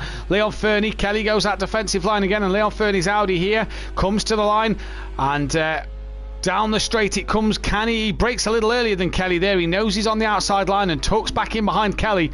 Is it a matter of when Leon Fernie gets past here, Dan, or is Kelly, do we feel I just feel down the start straight he seems a bit helpless at the moment? It does, but I don't think the only real place I think Leon Fernie will have the advantage is up towards Spoon. Because I think it's that left-hander that Kelly seems to be struggling with.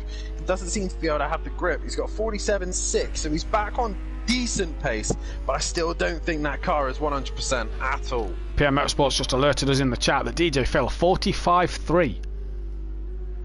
DJ Phil has got some pace here. He can qualify in the next qualifying session, which will be for his 200th race as well. So DJ Phil could be in the thick of it on race number 200. And 199's not gone the way he wanted. And at the minute, it's not going the way... I mean, it is going the way, really. When you look at the championship, Dan, Max down in 11th. Kelly currently sitting P4. It's going all right for Kelly at the minute. Dean's now 4 seconds off the back of Welshie. And both of these two... Both of these two, Dan, Welshie and Dean, are just slowly making inroads onto the back of these two here as well, with Leon Fernie making little wiggle mistakes and being held up. Max is in the pits again. Yes, what damage has he got? He's got no real damage by the looks of it. Colt's fine to me, yeah. A little bit on the front, I would say, but Leon is flirting with the grass right now. And I think the thing is, all Kelly has to do is put his car in the right place, and Leon won't be able to get past. This is where I feel that Leon is much stronger than Kelly. We saw Tibbs was stronger than Kelly down the straight. I feel that Leon's got the same bit of momentum, but then the top speed kicks in here, and that Porsche just a little bit quicker than the Audi, maybe in a straight line. And this is where Leon Fernie, has he got it done? Is Kelly going to keep it up the inside? He tries his best, and Leon round the outside, P4, Kelly down to 5th, and Welshie's not too far back in the background, and Dean Wasaki, he's not a million miles away either.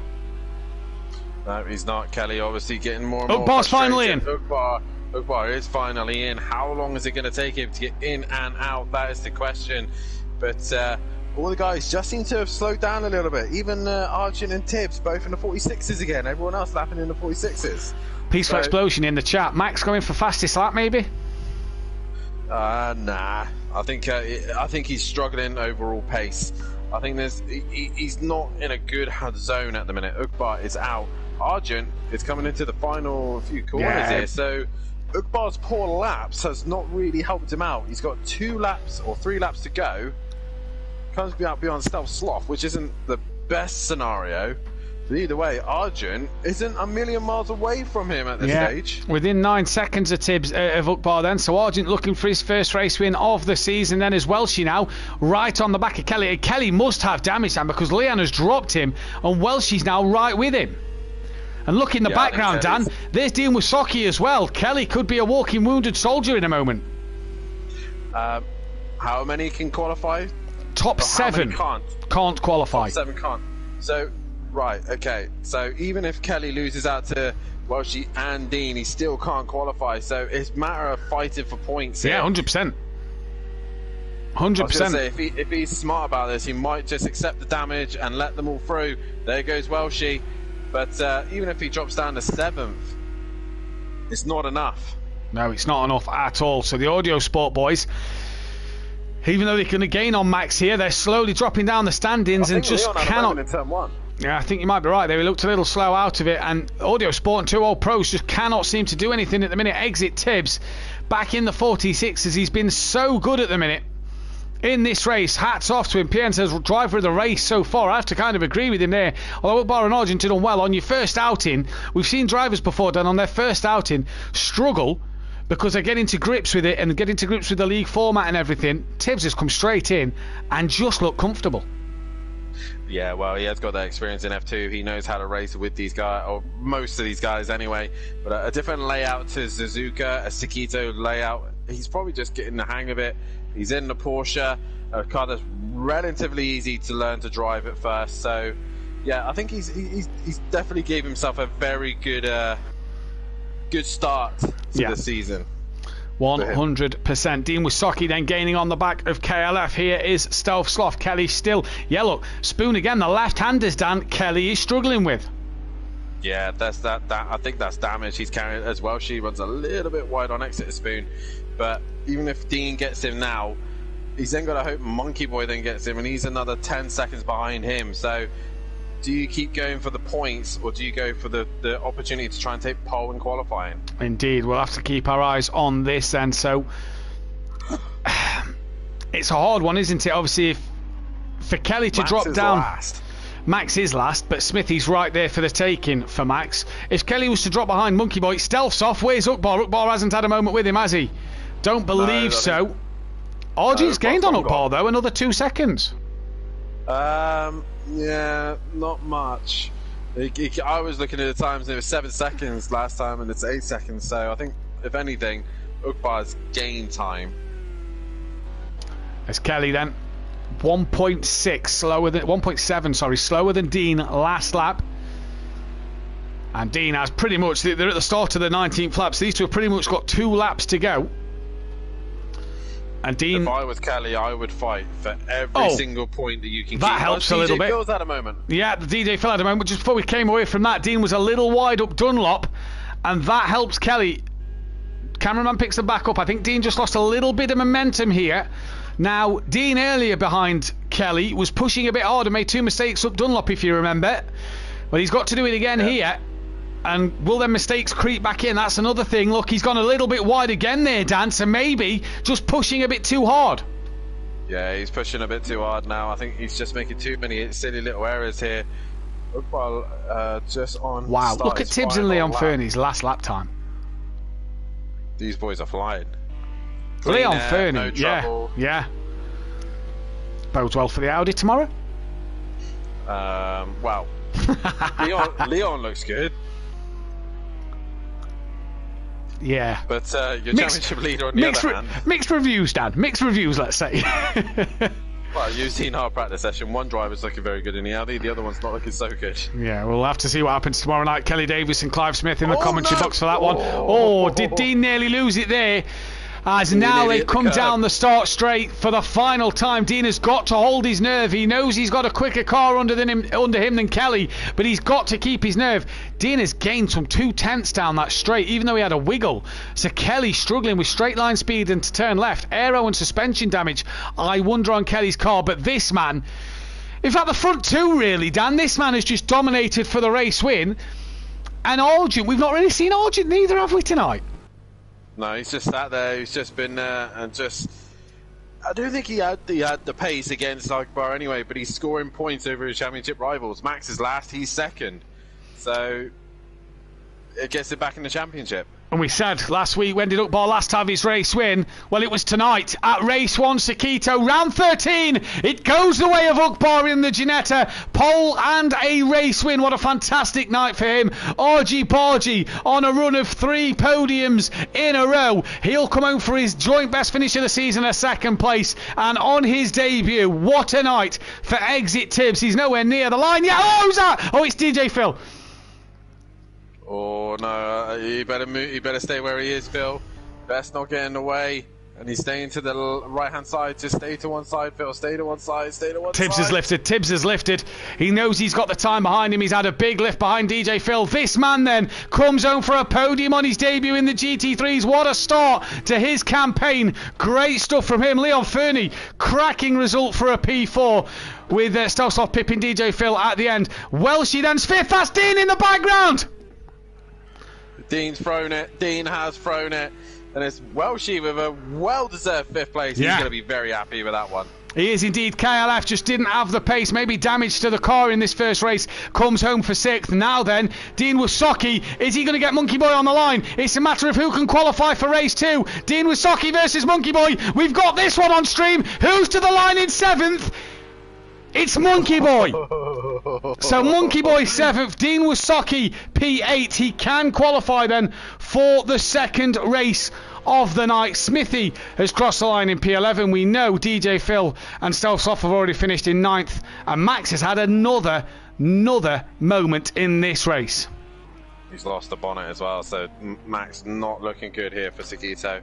He's got to behave as he comes towards the line. He's had a few spins across the line, so either way, Max Mulder, he's going to throw this one out the window, but it's going to be your Flying Dutchman is going to be your race winner. Can't believe it. Ukbar then 43.9 as well, so the fastest lap of the race. What a night for Ukbar. Ukbar Argent Tibbs, your podium then. We're going to be right back in just a few moments' time with the driver interviews and qualifying too. Top 7 can't qualify, so Monkey Boy Kelly, Welshie Leon Fernie, Tibbs, and Tibbs, Argent and Ukbar cannot qualify. We'll be back in just a moment.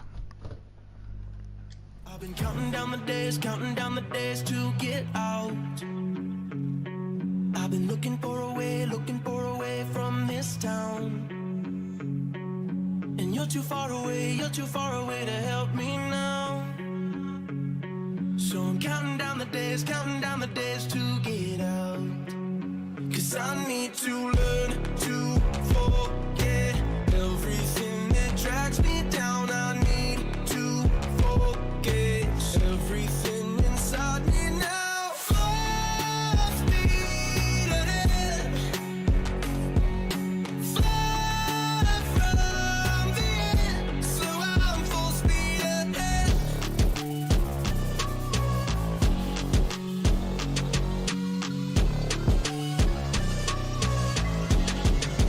Full speed ahead.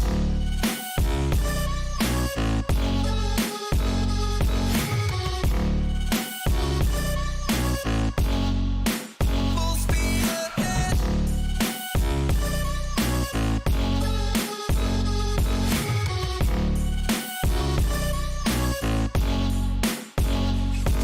I've been staring at the sun in my eyes.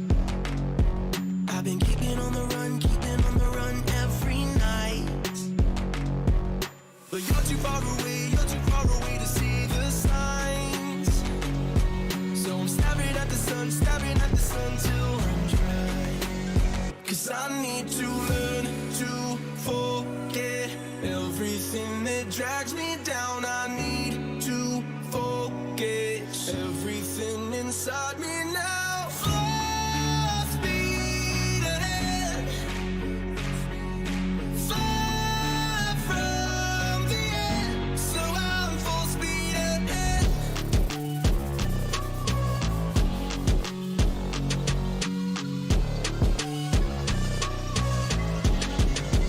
Full speed ahead.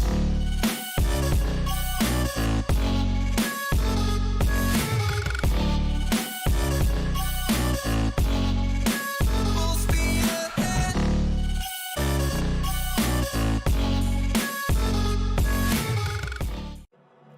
I've been counting down the days to get out. I've been looking for a way from this town. And you're too far away to help me now. So I'm counting down the days to get out. 'Cause I need to learn to forget everything that drags me down. I need to forget everything inside me now. Full speed ahead, fly from the end. So I'm full speed ahead.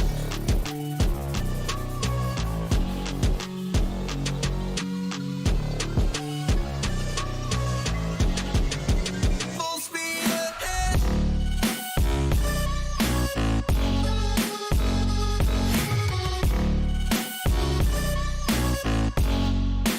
Full speed ahead.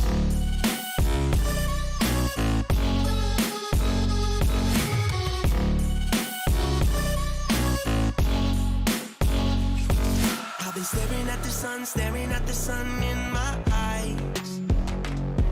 I've been keeping on the run every night. But you're too far away to see the signs. So I'm staring at the sun till I'm dry. 'Cause I need to learn to forget everything that drags me down. I need to forget everything inside me now. Full speed ahead, fly from the end. So I'm full speed ahead.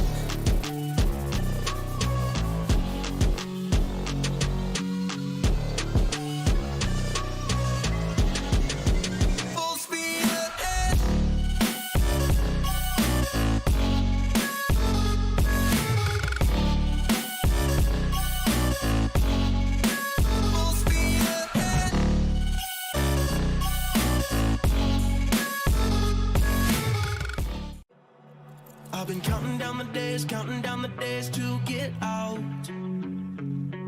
I've been looking for a way from this town. And you're too far away to help me now. So I'm counting down the days to get out. 'Cause I need to learn to forget everything that drags me down. I need to forget everything inside me now. Full speed ahead, fly from the end. So I'm full speed ahead.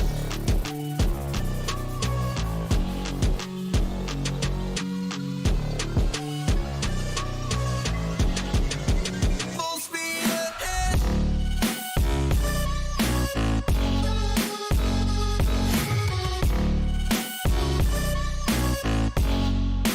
Full speed ahead.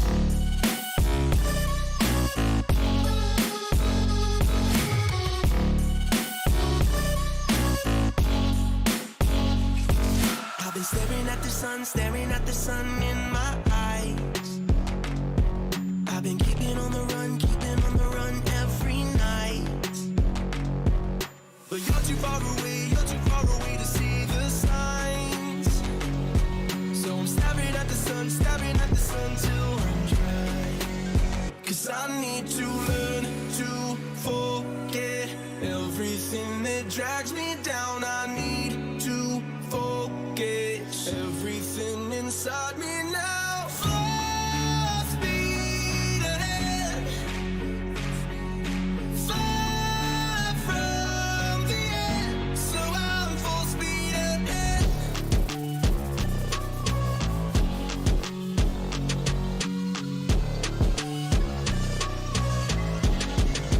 Full speed ahead.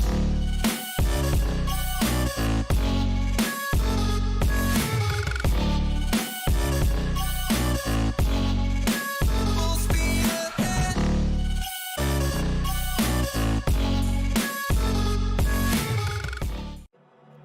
I've been counting down the days to get out. I've been looking for a way from this town. And you're too far away to help me now. So I'm counting down the days to get out. 'Cause I need to learn to forget everything that drags me down. I need to forget everything inside me now. Full speed ahead, fly from the end. So I'm full speed ahead.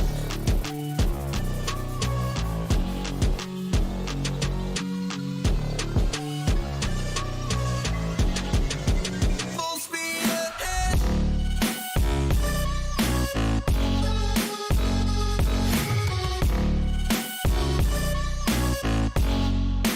Full speed ahead.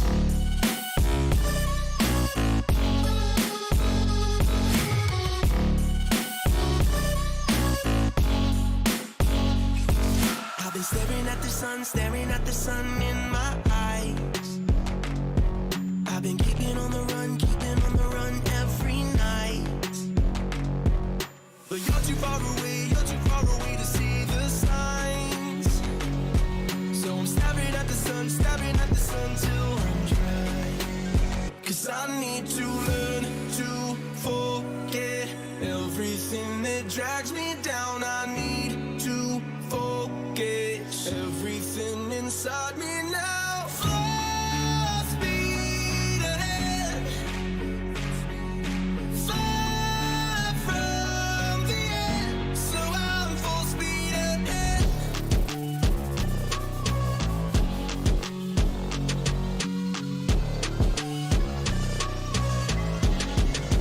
Full speed ahead.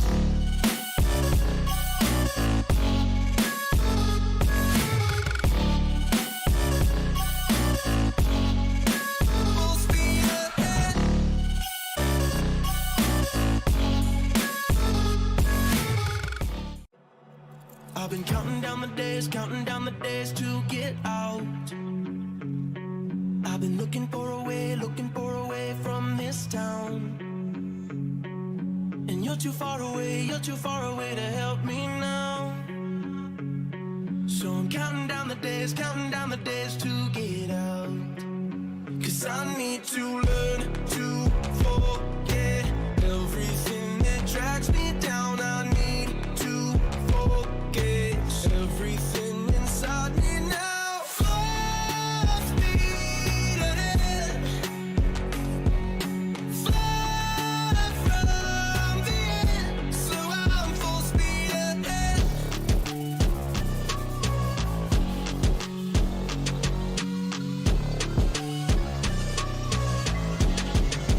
Full speed ahead.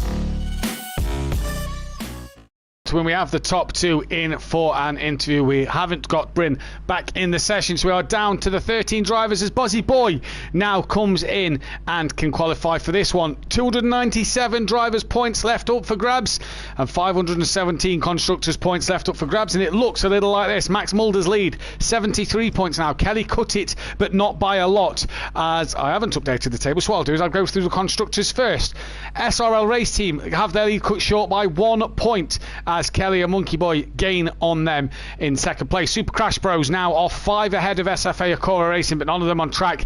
You feel that the Acora Racing team of Kieran Argent and Smithy could go into P3. Terminal Velocity Racing are only a few points behind them, with the Wakasaki Racing 30 clear of Simplay Racing and MC Motorsport on the back of them. In terms of Drivers' Championship then, Max Mulder 73 points clear of KLF. Monkey Boy goes ahead of Shane, 88 points clear. Shane 91 points behind Max Mulder. He's down to P4. He's only a point ahead of Argent, so Argent could break himself into that top 4 spot tonight. Rabbit Joe down in 6th. Ukbar leapfrogs Dean Wasaki into 7th place. Dean down in 8th, 2 points clear of Leon Fernie. Could drop tonight by the end of the night. DJ Phil in 10th, 10 clear of Welshie with Bryn down in P12. Smithy 4 points behind him in 13th. Bozzy Boy 14th, Stelsoft 15th, and Tibbs P17. And we'll start the interview with Kieran Argent and Caroline. It was before we get into that, Tibbs, if you are watching the stream, you need to return back to the pits. Due to obviously the qualifying session, if you finish in the top half, you cannot qualify. So Tibbs needs to return back to pits. Okay. So we did go through that on the Discord earlier, but obviously he hasn't understood the message. Caroline, P2, talk us through it, mate, because it was a pretty uneventful race for yourself. Yeah, other than with Leon Fernie at the top of the circuit, not really happened much. Just didn't have the pace to match Ukbar. Didn't have the pace to match Ukbar, but a good race for yourself though, P2. Yeah, I just like I said to you in the week and previous weeks, I just need to get points where I can, especially missing week 1. Taking advantage of other drivers not being here, like Joe and Shane. Like Joe and Shane, like you say. Race 2 then, Acora home circuit. What can you do around here, buddy? Race 2, you look like you're going to start mid-pack. Surely it's got to be about staying ahead of Ukbar in this one. Staying above Ukbar, staying out of trouble, but just take every lap as it comes and go from there. Well done, Argent. We'll let you get back to your party, everybody, and focus for race 2. Just before we go to Ukbar, Nikki in the chat. Matt, can you say hello to my beautiful girl, Caroline? She's proper going to slap me now. Hello, Caroline. Do you know anything about that, Dan? Is that his partner's name? I take it it's his partner's name. We'll go with that one. Either way, we go now to Ukbar, who we said, when was the last time this man won a race? Well, it was tonight. Ukbar, that was some display. That was impressive. Yeah, thanks. My car was very stable, so it was halfway the race I got to struggle a bit with the brakes overheating. But I know how to solve that, so hopefully the next race I won't go for the podium again, so I'll hope so. Yeah, like you say, struggling with the brakes. You told us in the off air that you was on a certain tyre. Do you care to share what that tyre was? Because me and Dan was pretty baffled by it. The wets. Hard tyre. And how was they hot round here? Obviously, it's cooler conditions. So was they okay? It was okay. I rather have the hard tires a bit hotter, about 110 degrees. Mm. But I had them 85, 90 degrees, so it was fine. Race 2 then, buddy. You look like you're going to be starting mid-pack with Argent. What can you do from there? At first, getting start getting the first lap clean. Yeah. Hopefully, the drivers in front of me spread a little bit, and then I'm going to try to take over as much as I can. Well, so, I hope so. I'm gonna do my best. yeah. Well, we wish you the best of luck. Congratulations on the race win. Hope to speak to you a little later on, and well done. Yeah, thank you. So Uqbar then leaves here, well, doesn't leave here just yet. He now equals Bozzy Boy and Andy for the most pole positions at Sakitto, in terms of 2 pole positions between the 3 of them. Bozzy Boy has a chance to rectify that one here. And Max Mulder seems to be back to his quick pace, Dan. Yeah, but it's 1 lap, isn't it? He got fastest lap in race 1. He's currently 3/10 at the minute. We know what the actual lap times can be done around here. If you're not overtaker, then you can do a 42. If you're overtaker, you can do a 39. But I am joking. It's probably like I reckon he's in the 40s. To be fair, if he does a 39 tomorrow, then I will probably give him racing. Yeah, yeah. I might just go to Gran Turismo 7. But with obviously the sad news, obviously, Matt, that we haven't even discussed it either. We haven't. Obviously, EA is now took over. Was it Mad Skills? Mad Summit Studios, wasn't it? Yeah.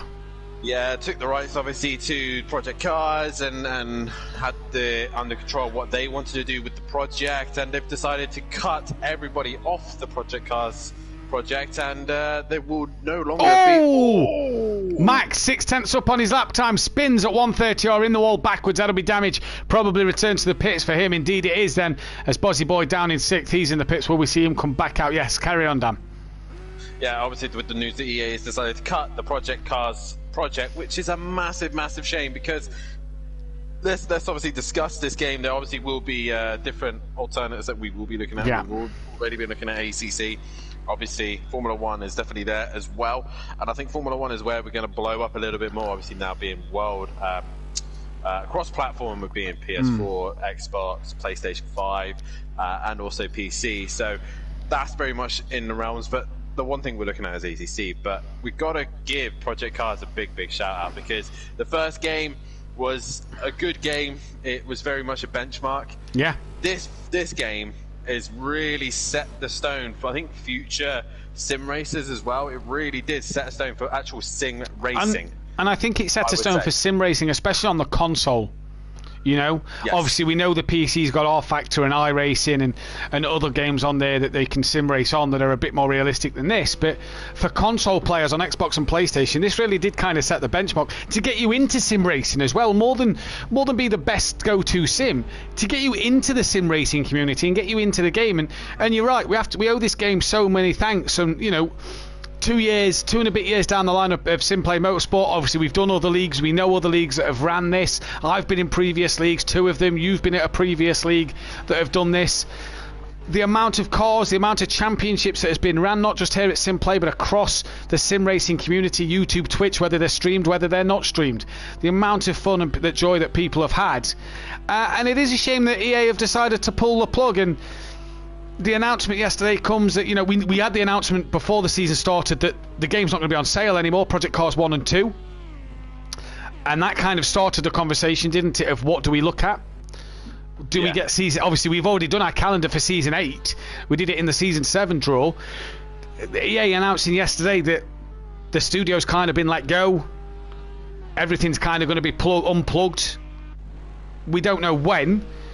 Kind of puts Season 8 in doubt, doesn't it? And it is a massive shame, because the amount of people we've had here, the amount of people that have done this, champions like yourself and myself and Gary and all the other champions, it's just a massive shame that we lose such a... And the thing is with this game, Dan, is, and I think you'll agree with me on this, for console players, you've got such a choice of cars and tracks. Now, ACC's great and Formula 1's great, but you've got set tracks and set cars.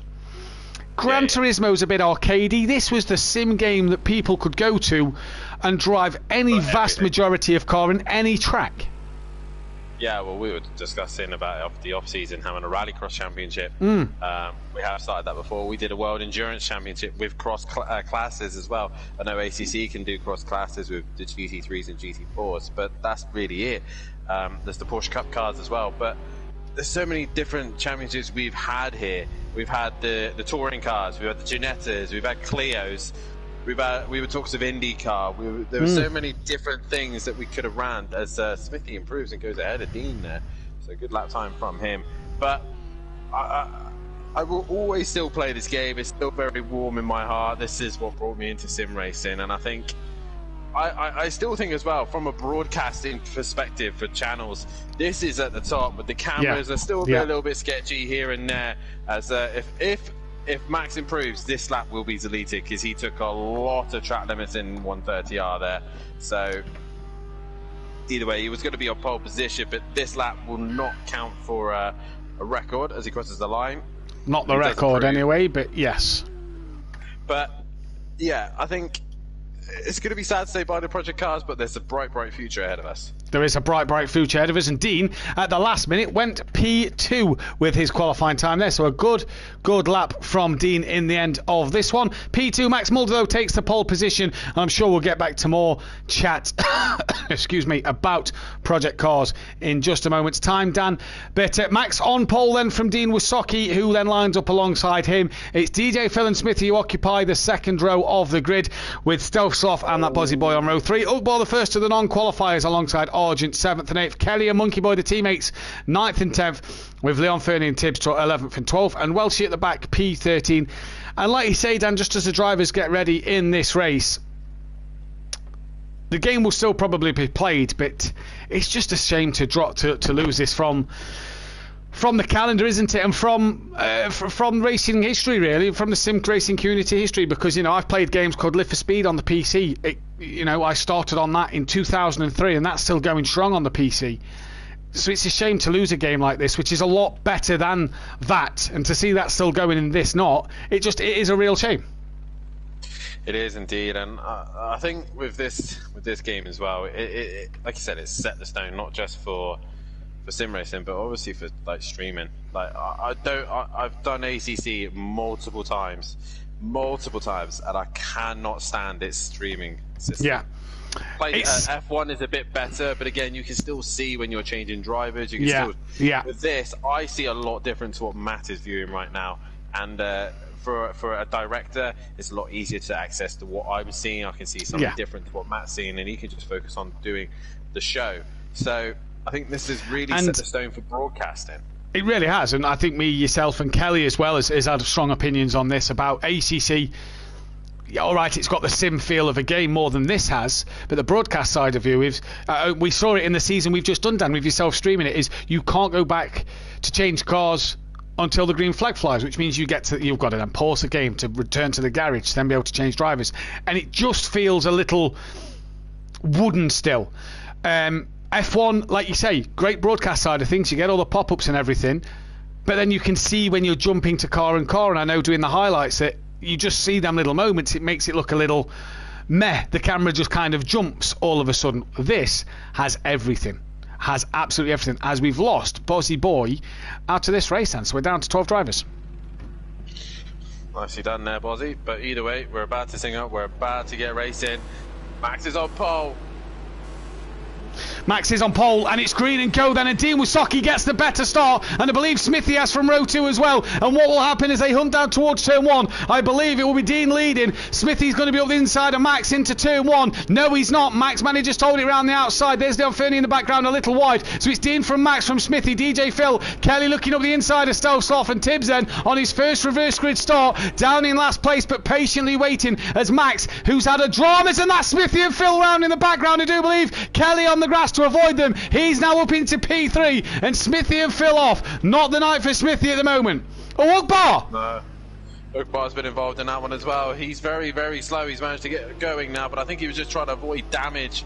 But Dean and Max are off and away. Kelly, for pretty much on the back row of the grid, he's up to third, and Dean's dropped it. Oh, Dean from the lead of this race has dropped it through the Degners. He's facing the wrong way. He's going to have to patiently wait for everybody to come past him here. And Dean then, who led the race, has dropped down the standings once again. And Jamie Sain, who's in the pits, that's Bozzy Boy, hasn't got into this race. Stealth Soft looking up the inside of Leon Fernie then. So it's Max from Kelly from Origin, Monkey Boy, Welshie, Leon Fernie, Stealth Sloth, Smithy, Tibbs, Dean, Ukbar and Phil. Ukbar, 11th place. Struggle maybe to come through the pack and get this second race win.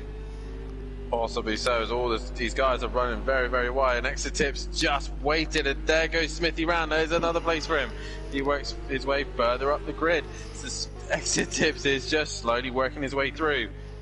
He is indeed. Kelly then is nowhere near the back of Max at the moment. Max took a lot of curb there through the 130R section, and Kelly was all over the curb. I hope he's managed to keep it going. He's not stumbled down the standings. In fact, he's lost a lot of time actually. I think Kelly has had a moment. Oh! I think Kelly has had a moment. Dan, I believe Kelly did have a moment, because there is chaos. The teammates have hit each other. Monkey Boy has got huge damage. I think Welshie caught up in that as well. I think he has, yeah. Where is Welshie? There He's he in is. the pits, yeah. I said I think Kelly lost it on the curb, and I was right to think so. He definitely did there then. So Welshie lap 1, Monkey Boy lap 1. Kelly's got to do another lap, because Monkey Boy in the pits before Kelly. What a night. Kelly's race weeks are just going from bad to worse recently, and Max leads this race. The little grounds he gained in race 1 are falling apart at the moment, but Max now needs to keep it on the track, because he had problems race 1, and Tibbs is running P4. He is running P4. What a little legend here tonight. I was really not expecting this from him, but well, probably just cursed him now. But either way, the problem is KLF had to go around again, because Monkey Boy is in the pits, and look how beautiful that Porsche is now. Yeah, it's just gone bad from worse. Stealth Sloth is having a decent. Ukbar has worked his way up, so Ukbar can still get himself back up here, as he's now moved ahead of Dean. Dean drops down the order. Stealth Sloth is also starting to get caught by Ukbar here, but he's not now. He is now on the grass. He's going to go so wide. Does he keep it from spinning round? I believe he has. Yeah, he's come back on track in front of Ukbar as well, so has done well to get that back in front of Ukbar. I thought Dean had lost it there, but it was just a camera changing. Was indeed. So Kelly right now is going to be fuming. He is going to be absolutely fuming with himself that he made that mistake. I think he was trying so hard to push to catch Max that he just pushed a little bit too hard than he needed to. I said I felt he got on the exit curb like Ukbar did, and he must have done it, and it's slinging him around. Dan, let's load the speedo up. We don't have the speedo on display at the moment, and I think at Kelly there, I said he was wide, and he was indeed. Ukbar then on the back of Stealth Sloth, side by side now with Stealth Sloth, and down the start straight they come. Monkey Boy, Dan, is still in the pit lane. He is indeed, and where is Kelly? He's come up to 130R. Oh, Monkey no. Boy's not moved. Smithy's in. That seems an early stop for Smithy then at the end of lap 2. So I'm not sure what that's about there, but Kelly's got to do a second lap here, Dan. Oh no! What's happened here? What has happened? Like, Monkey Boy, that can't be that big a damage. No way. 1 minute 44 a lap. It took Kelly 2 minutes. And I know Monkey Boy has started streaming, so let's just jump on board his stream. And Dan, he's only, according to his stream, he's only halfway through his damage as Smithy goes past him. Oh my god. So Monkey Boy has got some horrendous damage at the moment. And Monkey Boy... Oh, this is going bad for the Audio Sport and 2.0 Pros. Oh, my favourite for the Constructors' Championship. And it's slipping away from them. It is indeed. Argent now he's in another second place position at the minute, and he's seeing Max just put away from him at the moment. But Max has had trouble in this section here. Wide again. Oh, he's gone wide again. One strike there. Yeah, one strike. By the way, just to say, I didn't note anything in race 1. I thought it was all very clean. So nice to know. So we'll see what comes in for the stewards. As Max and Monkey, Dan, I'll let you know when Monkey Boy's away, because at the minute it is nearly done, but not quite. He's away now. He's away now, I do believe. And Kelly's at Spoon, so Kelly can pit this lap. No, he's still not away, sorry. I don't think he is away, actually. He's not. Oh, wow, it looks done. He's away now. Oh, wow. Stealth Sloth side by side with DJ Phil. He's got a time penalty. Man. It goes from bad to worse. And it is only a 10-second time penalty. Stealth Sloth and DJ Phil still side by side. DJ Phil up the inside. Great move that from Phil. Kelly can pit now.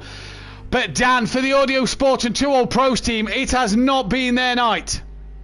It is not indeed. And they go to another very, very dangerous circuit next. The circuit that I'm definitely looking forward to going to. But I'm pretty sure these two will be wanting to kick this circuit well out of there. Yeah, I'm thinking. Like Kelly says as well, he loves this circuit. He enjoys driving it. But this weekend, he's had a horror show. 2 weeks in a row, Dan. They didn't have the best of showings, did they, last week? I'm going to blame myself for this one, I think. Did you say it again? No, I didn't say it at all. I only said it once. Fair enough. Yeah, they had a bad week, didn't they, last week? Both the Porsches had a bad week last week. Starts off on the back of DJ Phil still. This for 8th and 9th at the moment. Leon Fernie currently on the podium. Tibbs is going to try and hunt him down. Max just dropped into the 45, same as Argent. Stealth Sloth. That's a great move from Stealth there. Lovely up the inside at Spoon. Job done. And that is a fantastic manoeuvre. Yeah, very difficult to do actually at Spoon, so he managed to get that job nicely done. I think he just ran Phil a little bit wide, but yeah, Phil had to try and come back at him. He's having a good little scrap at the minute. Good little scrap. Argent, last lap. Yeah, trying to hunt down Max. Now, Max had a few good opening laps, and then he went wrong. So let's see what Max can do. Leon Fernie 44.6 as well. No, he's pitted. Oh, he's pitted? Yeah, he's behind Welchie and Smithy now. He's pitted. Oh, okay.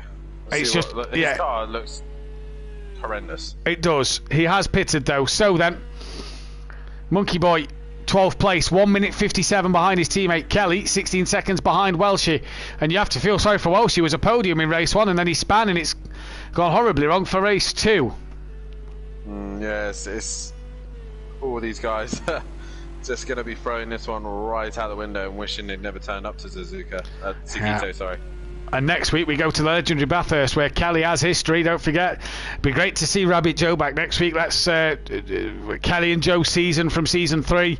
What a championship, season 4, sorry, what a gigantic battle that was. Went down to the second and final race at Bathurst, if you remember, and Joe won it on second places. And we go back there next week. Max Mulder then, he's about to lap Welshie, as we say, evening to Forzy in the chat. He's about to lap Welshie. Welshie's the car in front, and Max has actually gapped Argent a little bit this time around. So has Argent made a mistake? I'll tell you one man who has. I think Leon Fernie's definitely made a mistake. Yes, because Tibbs is through. Ukbar's gaining on the back of him. So Tibbs on for a double podium, maybe. Possibly so. And if anything happens to the top two, he could have a win. Oh, could you imagine on debut? Well, one man will make sure he wants to stop that, as this man we're on board with right now, and Argent is into the pits. Not wasting any time for Kieran Argent then in at the end of lap 5. Argy Bargy into the pit lane, and everybody else looks like they're staying out. What about Dean Wasocki, Stealth Sloth and DJ Phil, because them three have not pitted. Dean stays out, and I imagine these two are going to stay out for a little longer as well.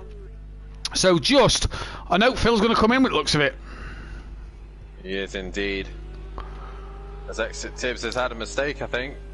Yes, because Leon Fernie, yeah, he's got back in front, and now Ukbar's on the back of them.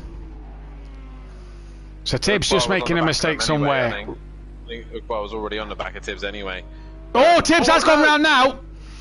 So Tibbs definitely, he got ahead of Leon Fernie, then made a mistake to go behind Leon Fernie, and Tibbs now makes another mistake. Ukbar up to 3rd, Leon Fernie up to 2nd.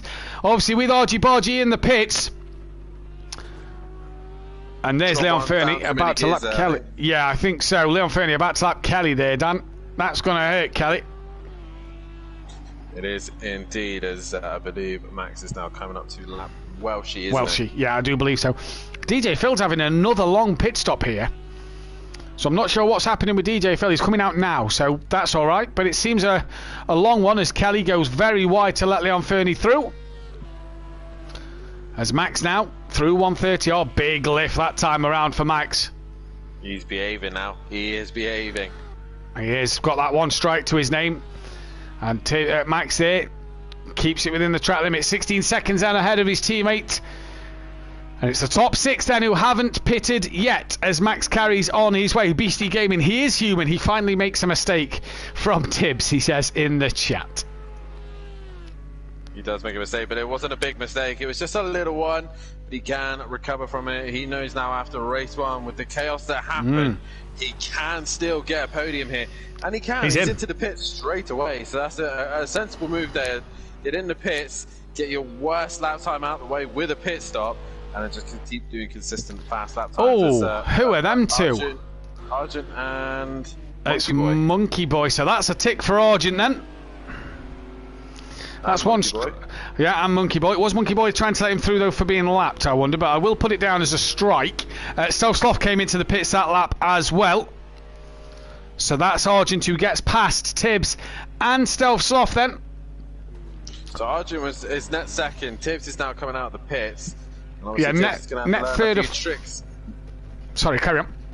He's going to learn a few tricks about pit stops, I think, because obviously Argent's got quite a big advantage now, but he'll get the hang of it. Someone will hopefully give him an idea of how to execute the pit stops to the best.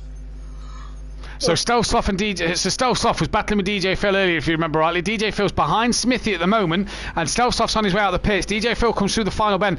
This would be close here, but I think Stealth has just done enough to stay ahead of Smithy and DJ Phil then. So stays P7 does Stealth Sloth. He's having a decent night as Max comes round once again to carry on his way to start lap 8 of this 20-lap race. Leon Fernie's teammate behind him. 15 seconds is the gap. And Ukbar last time round, not the best of lap from Ukbar. No, maybe he had a moment somewhere. He is on a hard tyre, so I don't know. I haven't tested the hard tyre. Ukbar's coming in. It's an interesting one. It is an interesting one. Ukbar's not leaving it as late as last time. He's coming into the pits now, so Dean will go past him. And this then, Argent to Stealth Sloth. Nope. DJ Phil and Stealth Sloth. All having a nice little battle here for P7. Definitely so.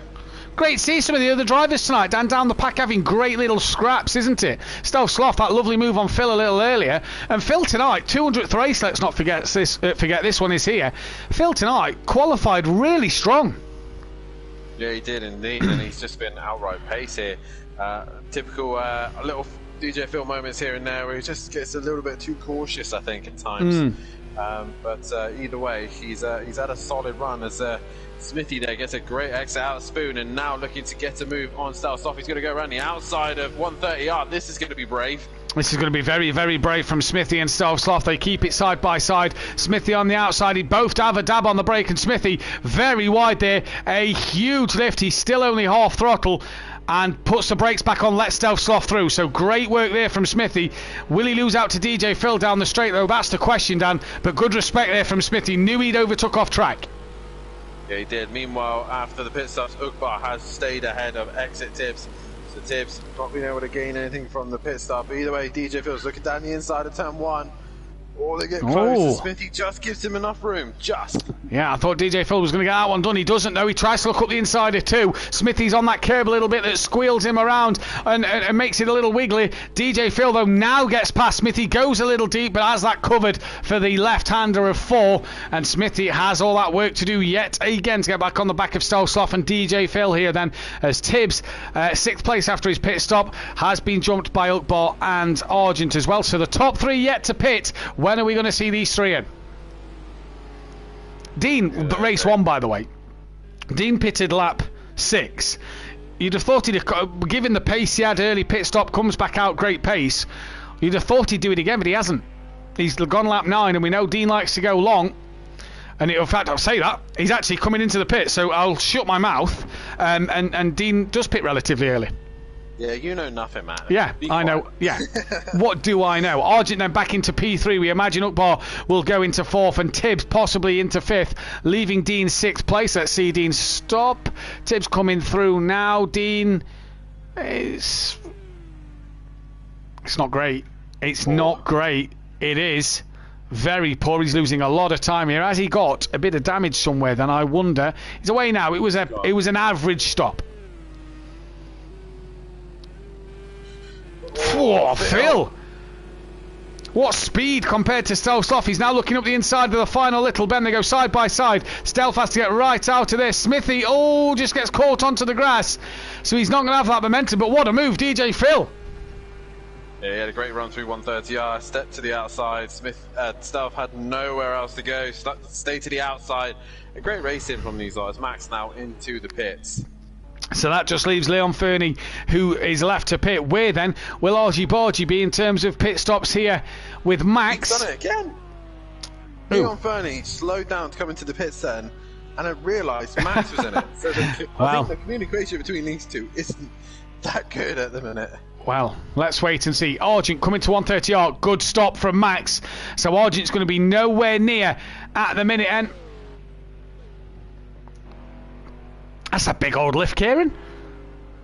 Maybe that's how it takes 130R. Well, we can't complain. He's been in the top 2 okay, yeah. all night long. So. What do we know? We might not get 2 second places tomorrow night. So, hey, if that's what's working for him, that's what's working for him. So Kieran then comes down the straight. He's 23.7 seconds behind Leon Fernie, but he's 5.9 behind Max Mulder. So it's as it was before Kieran pitted. Then the undercut has not worked for him here. And Smithy now on the back of Self-Soft. This for P8 as they come towards Spoon. DJ Phil started to pull a gap to these two now. Yeah, he is starting to put away Smithy. Right on the back. Good move. Gets the job done. Not often you get it done on the exit of Spoon, but he gets the job done. Now Stealth in the faster car on outright top speed. Can he find a way back through Smithy? It really doesn't look like it, Dan. Gets through 130R, has a big wiggle, and Smithy pulls away then. So now cannot get that one done then.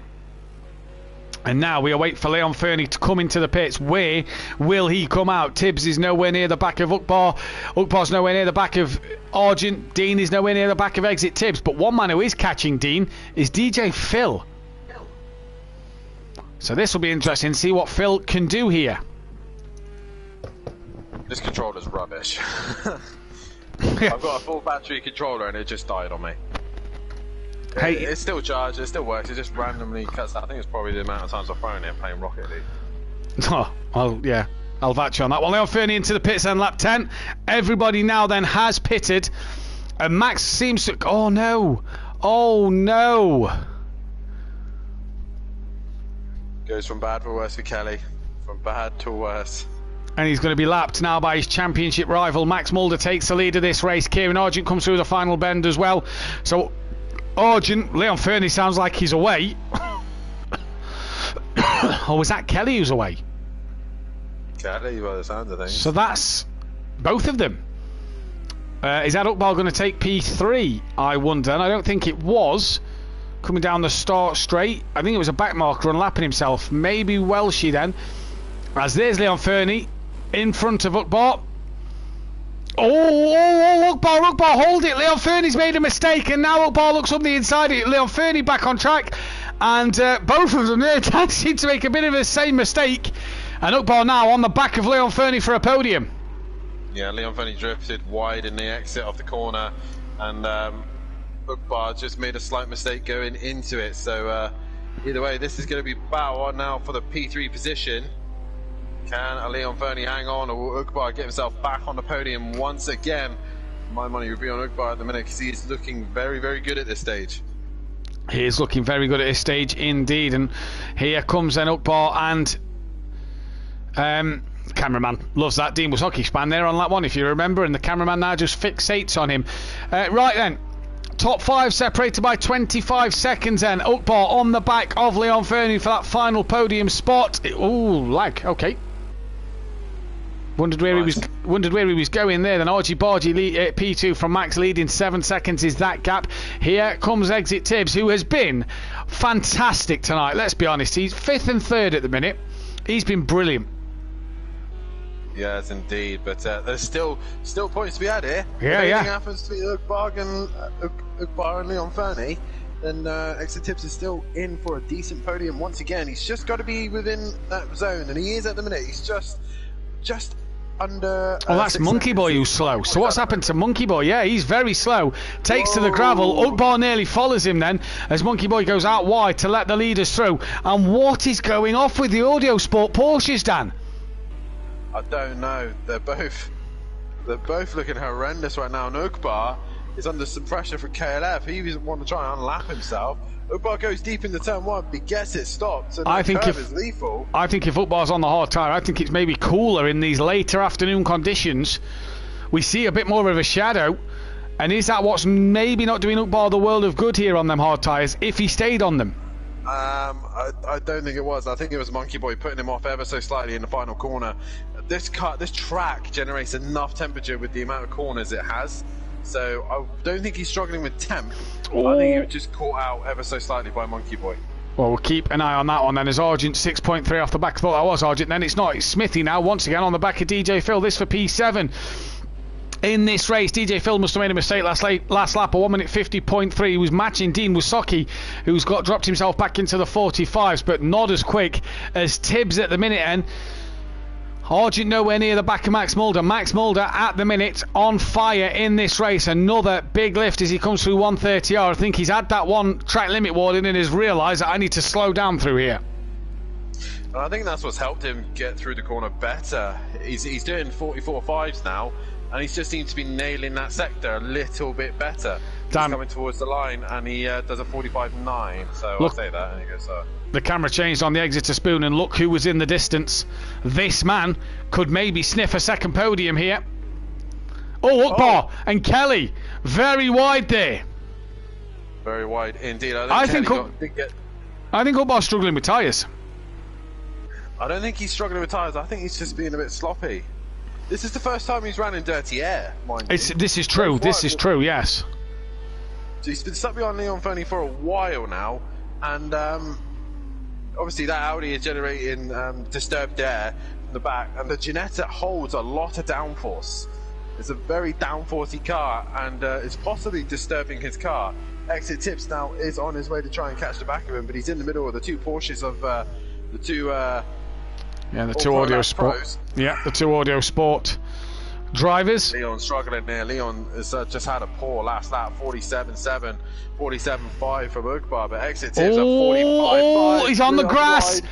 And Leon wide, and Ugbar just has to avoid him. Leon on the grass yet again, and Ugbar now round the outside of Degner 1. They're both a bit slow on exit. That catches Kelly out, which has brought Tibbs into play. Monkey Boy's just gone to the seaside. Kelly pulls to one side and lets Exit Tibbs go. Knows it's not his fight, and now Tibbs can set after yet another podium, but Ugbar's ahead of Leon Fernie. Let's see if Ugbar can manage to pull away now. Kelly and Monkey Boy have to follow Tibbs here. It's hard to say they're going to get anything in this race. Welchie has though. Welchie's got ahead of Stealth Sloth. He has indeed. So Stealth's at the moment. There he goes again. Yeah, he's off now through the S's. That's a big off at the S's. The closest car to Stealth Sloth is Kelly at 130R nearly. So Stealth looks set for a P10 here. Argent just brought the time down last lap as DJ Phil's now had a moment, as Smithy as well. I believe. Dean. Oh, Dean's off again.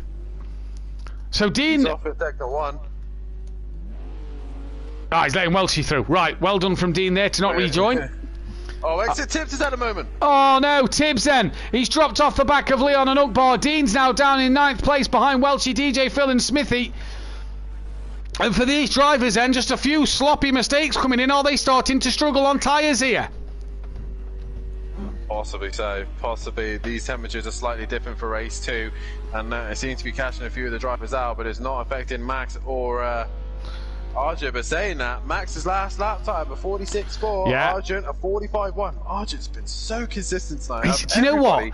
He's been the most consistent. Yeah, Tibbs in race 1 was consistent as anything. Really good. Race 2, not so much. Argent has just been on the money all night. said to me the other night, I'm not going to get much testing for this week. He's been away for a couple of days with the missus, and, you know, he says he's struggling to get this race win. He wants the race win. He wants one this year. I think it'll come for Argent. I think it's a matter of patience because he's got pace tonight. He's been fantastic. Yeah, he has indeed. And right now, in the minute, anything that happens to Max, Argent is in the bucket seat for a win here. But it needs something to happen. And I think this will give him good, make him feel better as well when he goes to Bathurst, knowing that this car was solid here. Yeah. And let's be honest, Bathurst, up and down the mountain, you need a car that's solid. And you can trust, you have respect for. It's a good car around Bathurst, and like you say, that mountain section will do the Accord some favours. Argent here, Shane not being here, he'll gain on Shane. He's only 4 points behind Monkey Boy. He's only 19 points behind Kelly. And look at the difference in positions. So, Argent here, Tibbs, no! Round he goes at 130R. Argent here is going to gain massively over Monkey Boy and Kelly. Tibbs just starting to struggle. What? He's P6. Yeah. Past DJ Phil and Dean after they'd span at the Degners. Why? He's flying. He's flying. In a minute, if he keeps making the mistakes he's making, Smithy's going to be on for 5th. Smithy is the big points for the SFA Agora racing team right now. He is the mountain goat, is Smithy. Without him, I wouldn't have won the Constructors' Championship. Without him, Little Each wouldn't have won his Constructors' Championship. He is the GOAT. And Ukbar up into P3. Yeah, I think you was right about the dirty air, Dan, because he's nailing in some good consistent 45s here. And he's pulling away from Leon Fernie with ease at the moment. Yes, indeed. DJ Phil now creeping onto the back of Smithy once again. Just like I say, Smithy's doing well. This quiet man is keen to get in here, and sadly, it's a closed league. Possibly a good friend of Tibbs, I'm assuming. But well, if it is Tibbs, get him involved. Simplay Motorsport, especially if he doesn't. We haven't done that for a while. If you are watching, give us a like and subscribe on the channel. Hit that bell to be notified for when we are live. Like I said, hit that like button, smash it. It really does help us out here. Subscribe and spread this around. Get your friends and family all involved. Sign up to Simplay Motorsport, whether it's controller or wheel. We have every championship to fit everyone. Ukbar's had a problem because Leon Fernie's right on the back of him here. And this, very, very interesting. A wiggle. A wee wiggle. Tibbs has got to be solid to hold 5th place here, says Beastie in the chat. I agree. Tibbs keeps making mistakes. Oh, Ukbar, that's a second strike. That's a second strike. Oh. Ah. Oh. Stealth's in the pits. Ah. Sorry, that's something to do with my nephew, bless him. Self-stuff in the pits. This could help Kelly and Monkey Boy gain a point or two more as Leon Fernie up the inside of Ukbar. No, oh, very slidey on the rear there from the Flying Dutchman. He has been through the first part of turn 1, and then he's fine on the final half. Leon then struggles in the final half, so he's still going to be batting out for the final podium position. I don't think we've ever spoken to Leon. No, never had a podium. Had a podium. No, never had a podium. He's only had one pole position back at Kota this season, if you remember. So yeah, Leon Fernie doing bits right now. Can he get past Ukbar? You're a race winner for the first race. It's going to take some mission to get past him. Just keep us talking through, Dan, as I'm just putting the poll up for driver of the day. Oh, Max has gone wide in Spoon, so he's had a moment through Spoon. He seems to have moments where he has one fast lap and then he has a really slow next lap. So a bit of inconsistency for Max, but either way, he's just got to bring the car home. He's redeemed himself after race 1. Massively. And with Kelly, now Kelly's got past Stealth Sloth after Stealth Sloth's pit stop. Kelly losing points to... Kelly gaining a few points over Max in race 1. Max is going to gain huge points here over Kelly once again. As Smithy's still trying to fend off DJ Phil on lap 17. These two are on lap 16. But they're halfway through the 16th lap as Max has only just started lap 17. Argent took a 10th out to Max last lap, so they're matching each other. Argent has just been solid tonight, really solid. Yeah, whatever Max has done, he's then gone and done as well next lap. So at the minute, the gap is staying the same. Argent said that he was a little bit disappointed with race 1, to be honest. He reckoned he could have got Ukbar, but either way, a 2-second place at a track that he said that at the start he didn't get much practice in. I would walk away pretty happy man, considering this track is a pain in the ass. There's no GP2 engine in that Honda, is there? That's for sure. Nope. Nope. Definitely not. Definitely not then. As DJ Phil is probably going to get to be able to paint us a nice pretty picture at the back of Smithy Zakora by the end of this race. They come down to 130 off for the 16th time in this race. They're still yet to start lap 17. Ugbar and Leon Fernie here, just ebbing and flowing between the two of them, Dan. Ugbar seems to pull away, then have a little wiggle, and Leon Fernie seems to be right back on the back of him. Yeah, I think that seems to be Ugbar's better. Oh! He's at a moment. Yeah, Oh, round half spin, a little round. half spin, and that puts Leon Fernie back on the podium then. And Tibbs not a million miles away, so if Ugbar's car is going to start to act very strangely, we could maybe hear from Tibbs.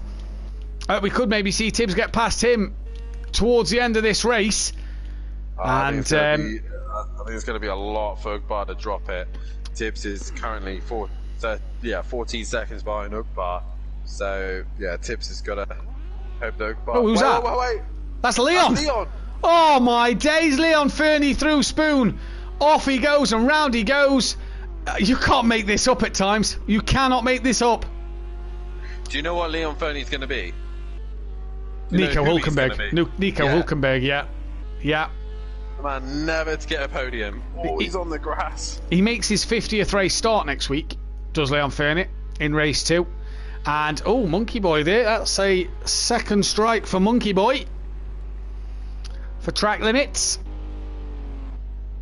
Importantly here, lap 18, Max 45.3, Argent 44.4. Yes. Dean's had another mistake. That's why he's behind Max now at 55.7. But you're right. Argent is charging here. DJ Phil still sat within that second mark of Smithy then. And Max needs to keep it squeaky clean for this next 2 and a bit laps. Can't afford a mistake here at all. Any more mistakes from Leon as well, and Tibbs will be passed because that gap is down to 8 seconds. It is indeed. So Leon needs to be tweaking towards the end, as does Smithy, because he's got DJ Phil breathing down his neck. Welchie's only 6 seconds behind them two, so if Smithy and DJ Phil have a moment, Welchie could gain some places. And don't forget, Welchie pitted at the end of lap 1 with big damage. Poll out on chat. Currently Tibbs. 5 votes have gone the way of Tibbs. They've not bothered with Argent, Ugbar or Leon Fernie. They've just voted Tibbs in the chat. Make sure you get your voting through. You think should be driver of the day, as Max is about to start lap 19 of 20. 2 laps to go then for Max. Can he hold off against Argent 2 more times here to take another race win this season? And he's been fantastic at the moment. And who's that? DJ Phil. He's lost out now to Welshie, and that puts to bed the result of Smithy. Dean, he's nowhere near at the moment. No, he's not, and these two are just running together constantly. I think these two have left each other alone. Has Kelly had another mistake? Because that bumper seems to be flapping around a bit more. I'm not sure. Yeah, I don't know if that's just a game. I'm not sure what that is. Either way. Oh, Kelly. Oh, you do not want to be on there, Kelly. Who's that in the pits? Stealth Sloth again. Oh, no. So Monkey Boy gains yet another point. Does indeed. Got to get 10 seconds, though, over him, hasn't he? He's got to get 10 seconds. Max, half a second quicker than Argent last time around. I think Stealth Sloth will lose out that 10 seconds to Monkey Boy. Argent then just dropped behind Max a little bit more this lap as well. It's down to 7.3. So is Argent just settling for P2? I wonder. Max then comes into Spoon for the penultimate time. And round 14, Dan, looks like it's going to go the way of this man.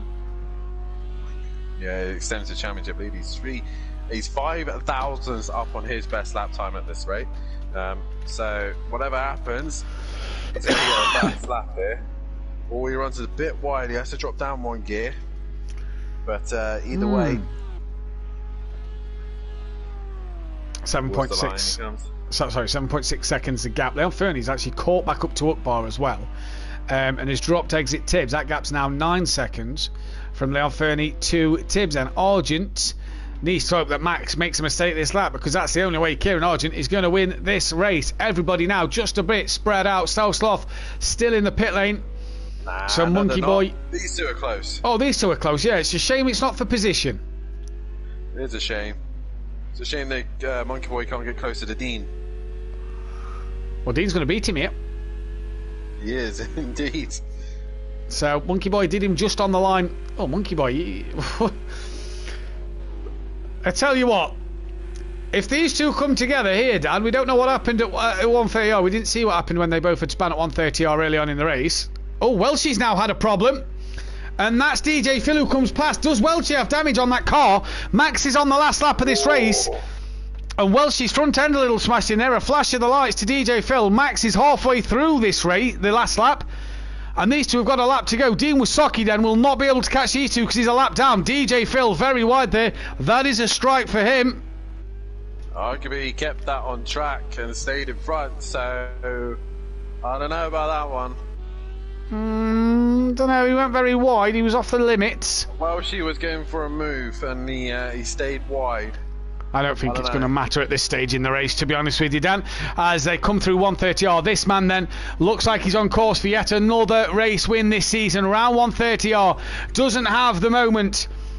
12th place in the fastest lap in race 1. Max Mulder then, for the 6th time this season, is going to be a race winner. He's going to extend his championship lead, and Max Mulder takes maximum points here in this second race. Kieran Argent, what a solid drive, what a solid night from this man. He's going to take P2, massive points in his championship as well. I think Leon Fernie's made another mistake, as Ukbar now then is coming towards the line.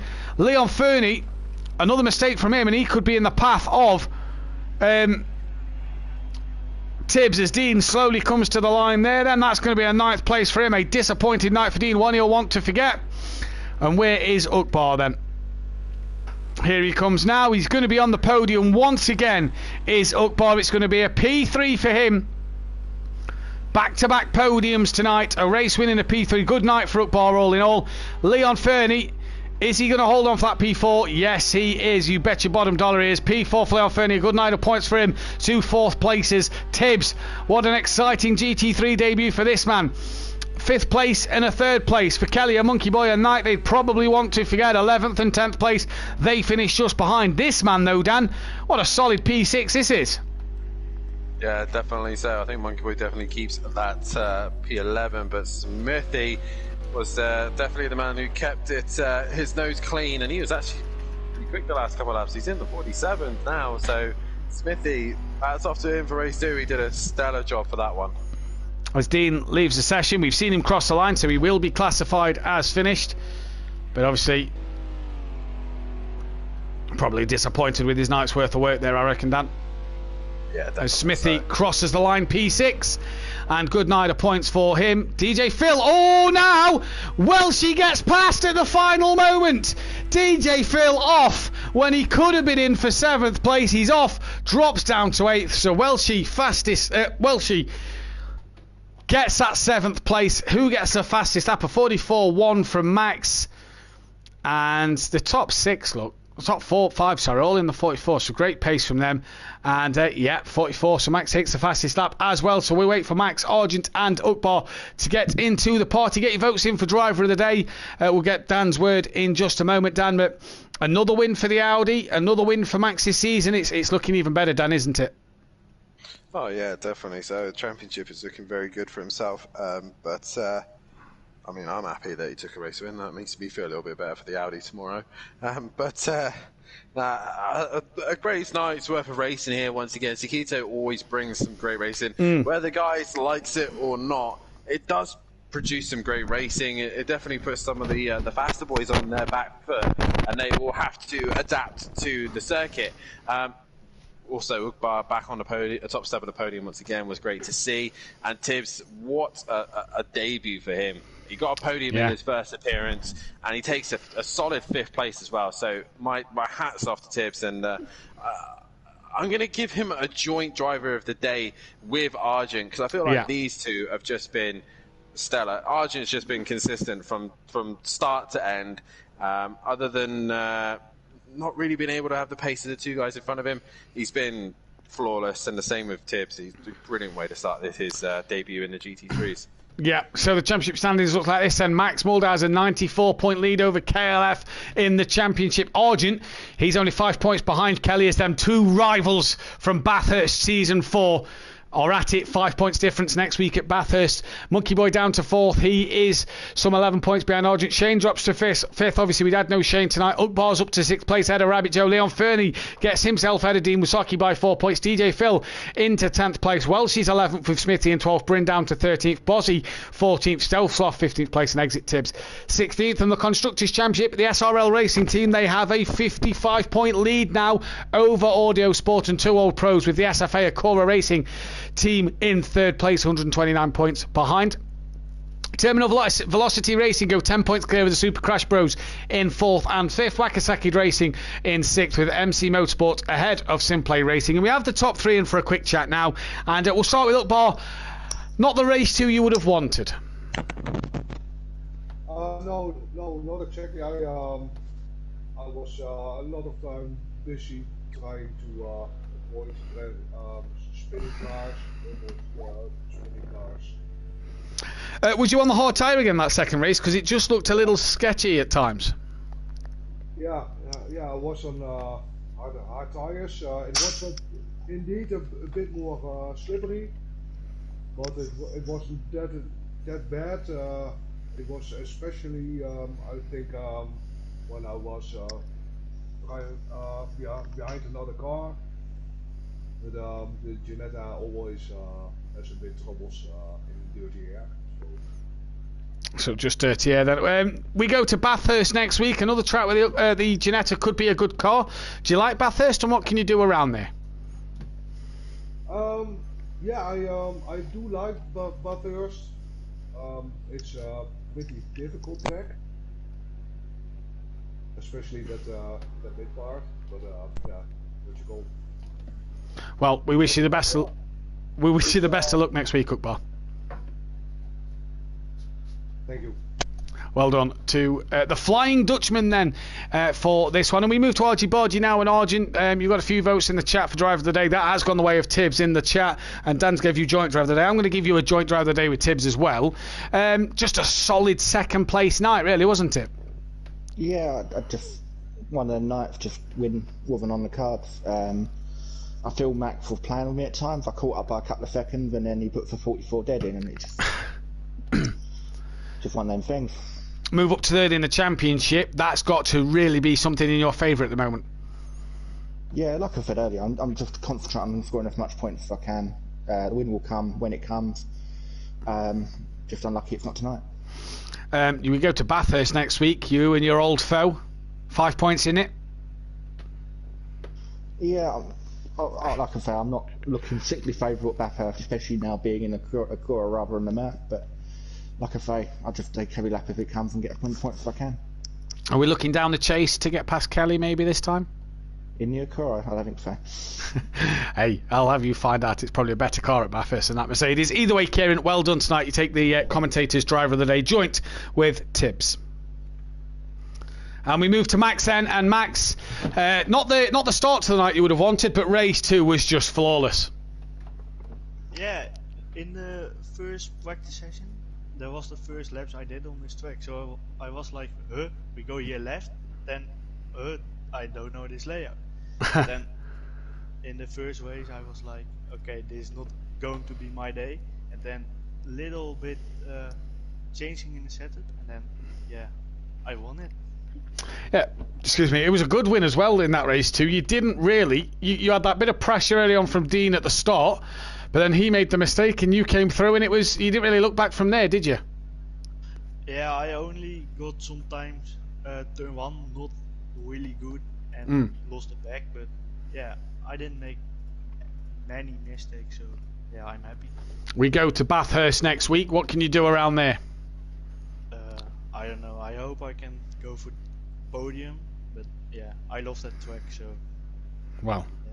We wish you the best of luck next week, Max. Congratulations on tonight. Thanks. And Dan, what a night of racing it's been. Like you say, Sakitto never disappoints. Bathurst next week. I bet you're looking forward to that one. Good eye, mate. I'm looking forward to that one. Obviously, most people know that Bathurst is my favourite circuit on most games, and the mountain is it's not just a race for me, it's a challenge. Yeah. It mentally will mess you up. It's not physically the hardest, it will mentally play on you. So I think Bathurst for these boys is all about who can stay out of the wall, up and down the hill. And it's going to be an interesting one. Sakitto is physically a difficult one, just trying to make sure you stay on track. But mentally, they are in for a treat. And if there's rain around, we've had one race in the rain at Bathurst, and that was just crazy on its own. So chaos. Yeah, in summer as well. So the hard tyre makes a return, I would think. Yep, spring to summertime in Australia then. Join Kelly Davis and Clive Smith tomorrow night for the pros, where we go at it and try and take on this Sakitto circuit with a Lamborghini. It's just an overpowered car, so get your tips in for Overtaker to possibly win, but we'll try our best to stop him. It's going to be hard around here. Dan knows exactly what I mean. As we go then to Sakitto, around 13:14 for the pro, 8 p.m. GMT, Kelly Davis and Clive Smith bring you the action from that one. Myself and Dan Davis will be back live next week, 8 p.m. GMT yet again, as we go into the spring summertime down under. Put another shrimp on the barbie, and let's hopefully Max could put another win in his account and move closer to that championship. From all of us here at Simplay Motorsport, though, take care. Good night. Good night.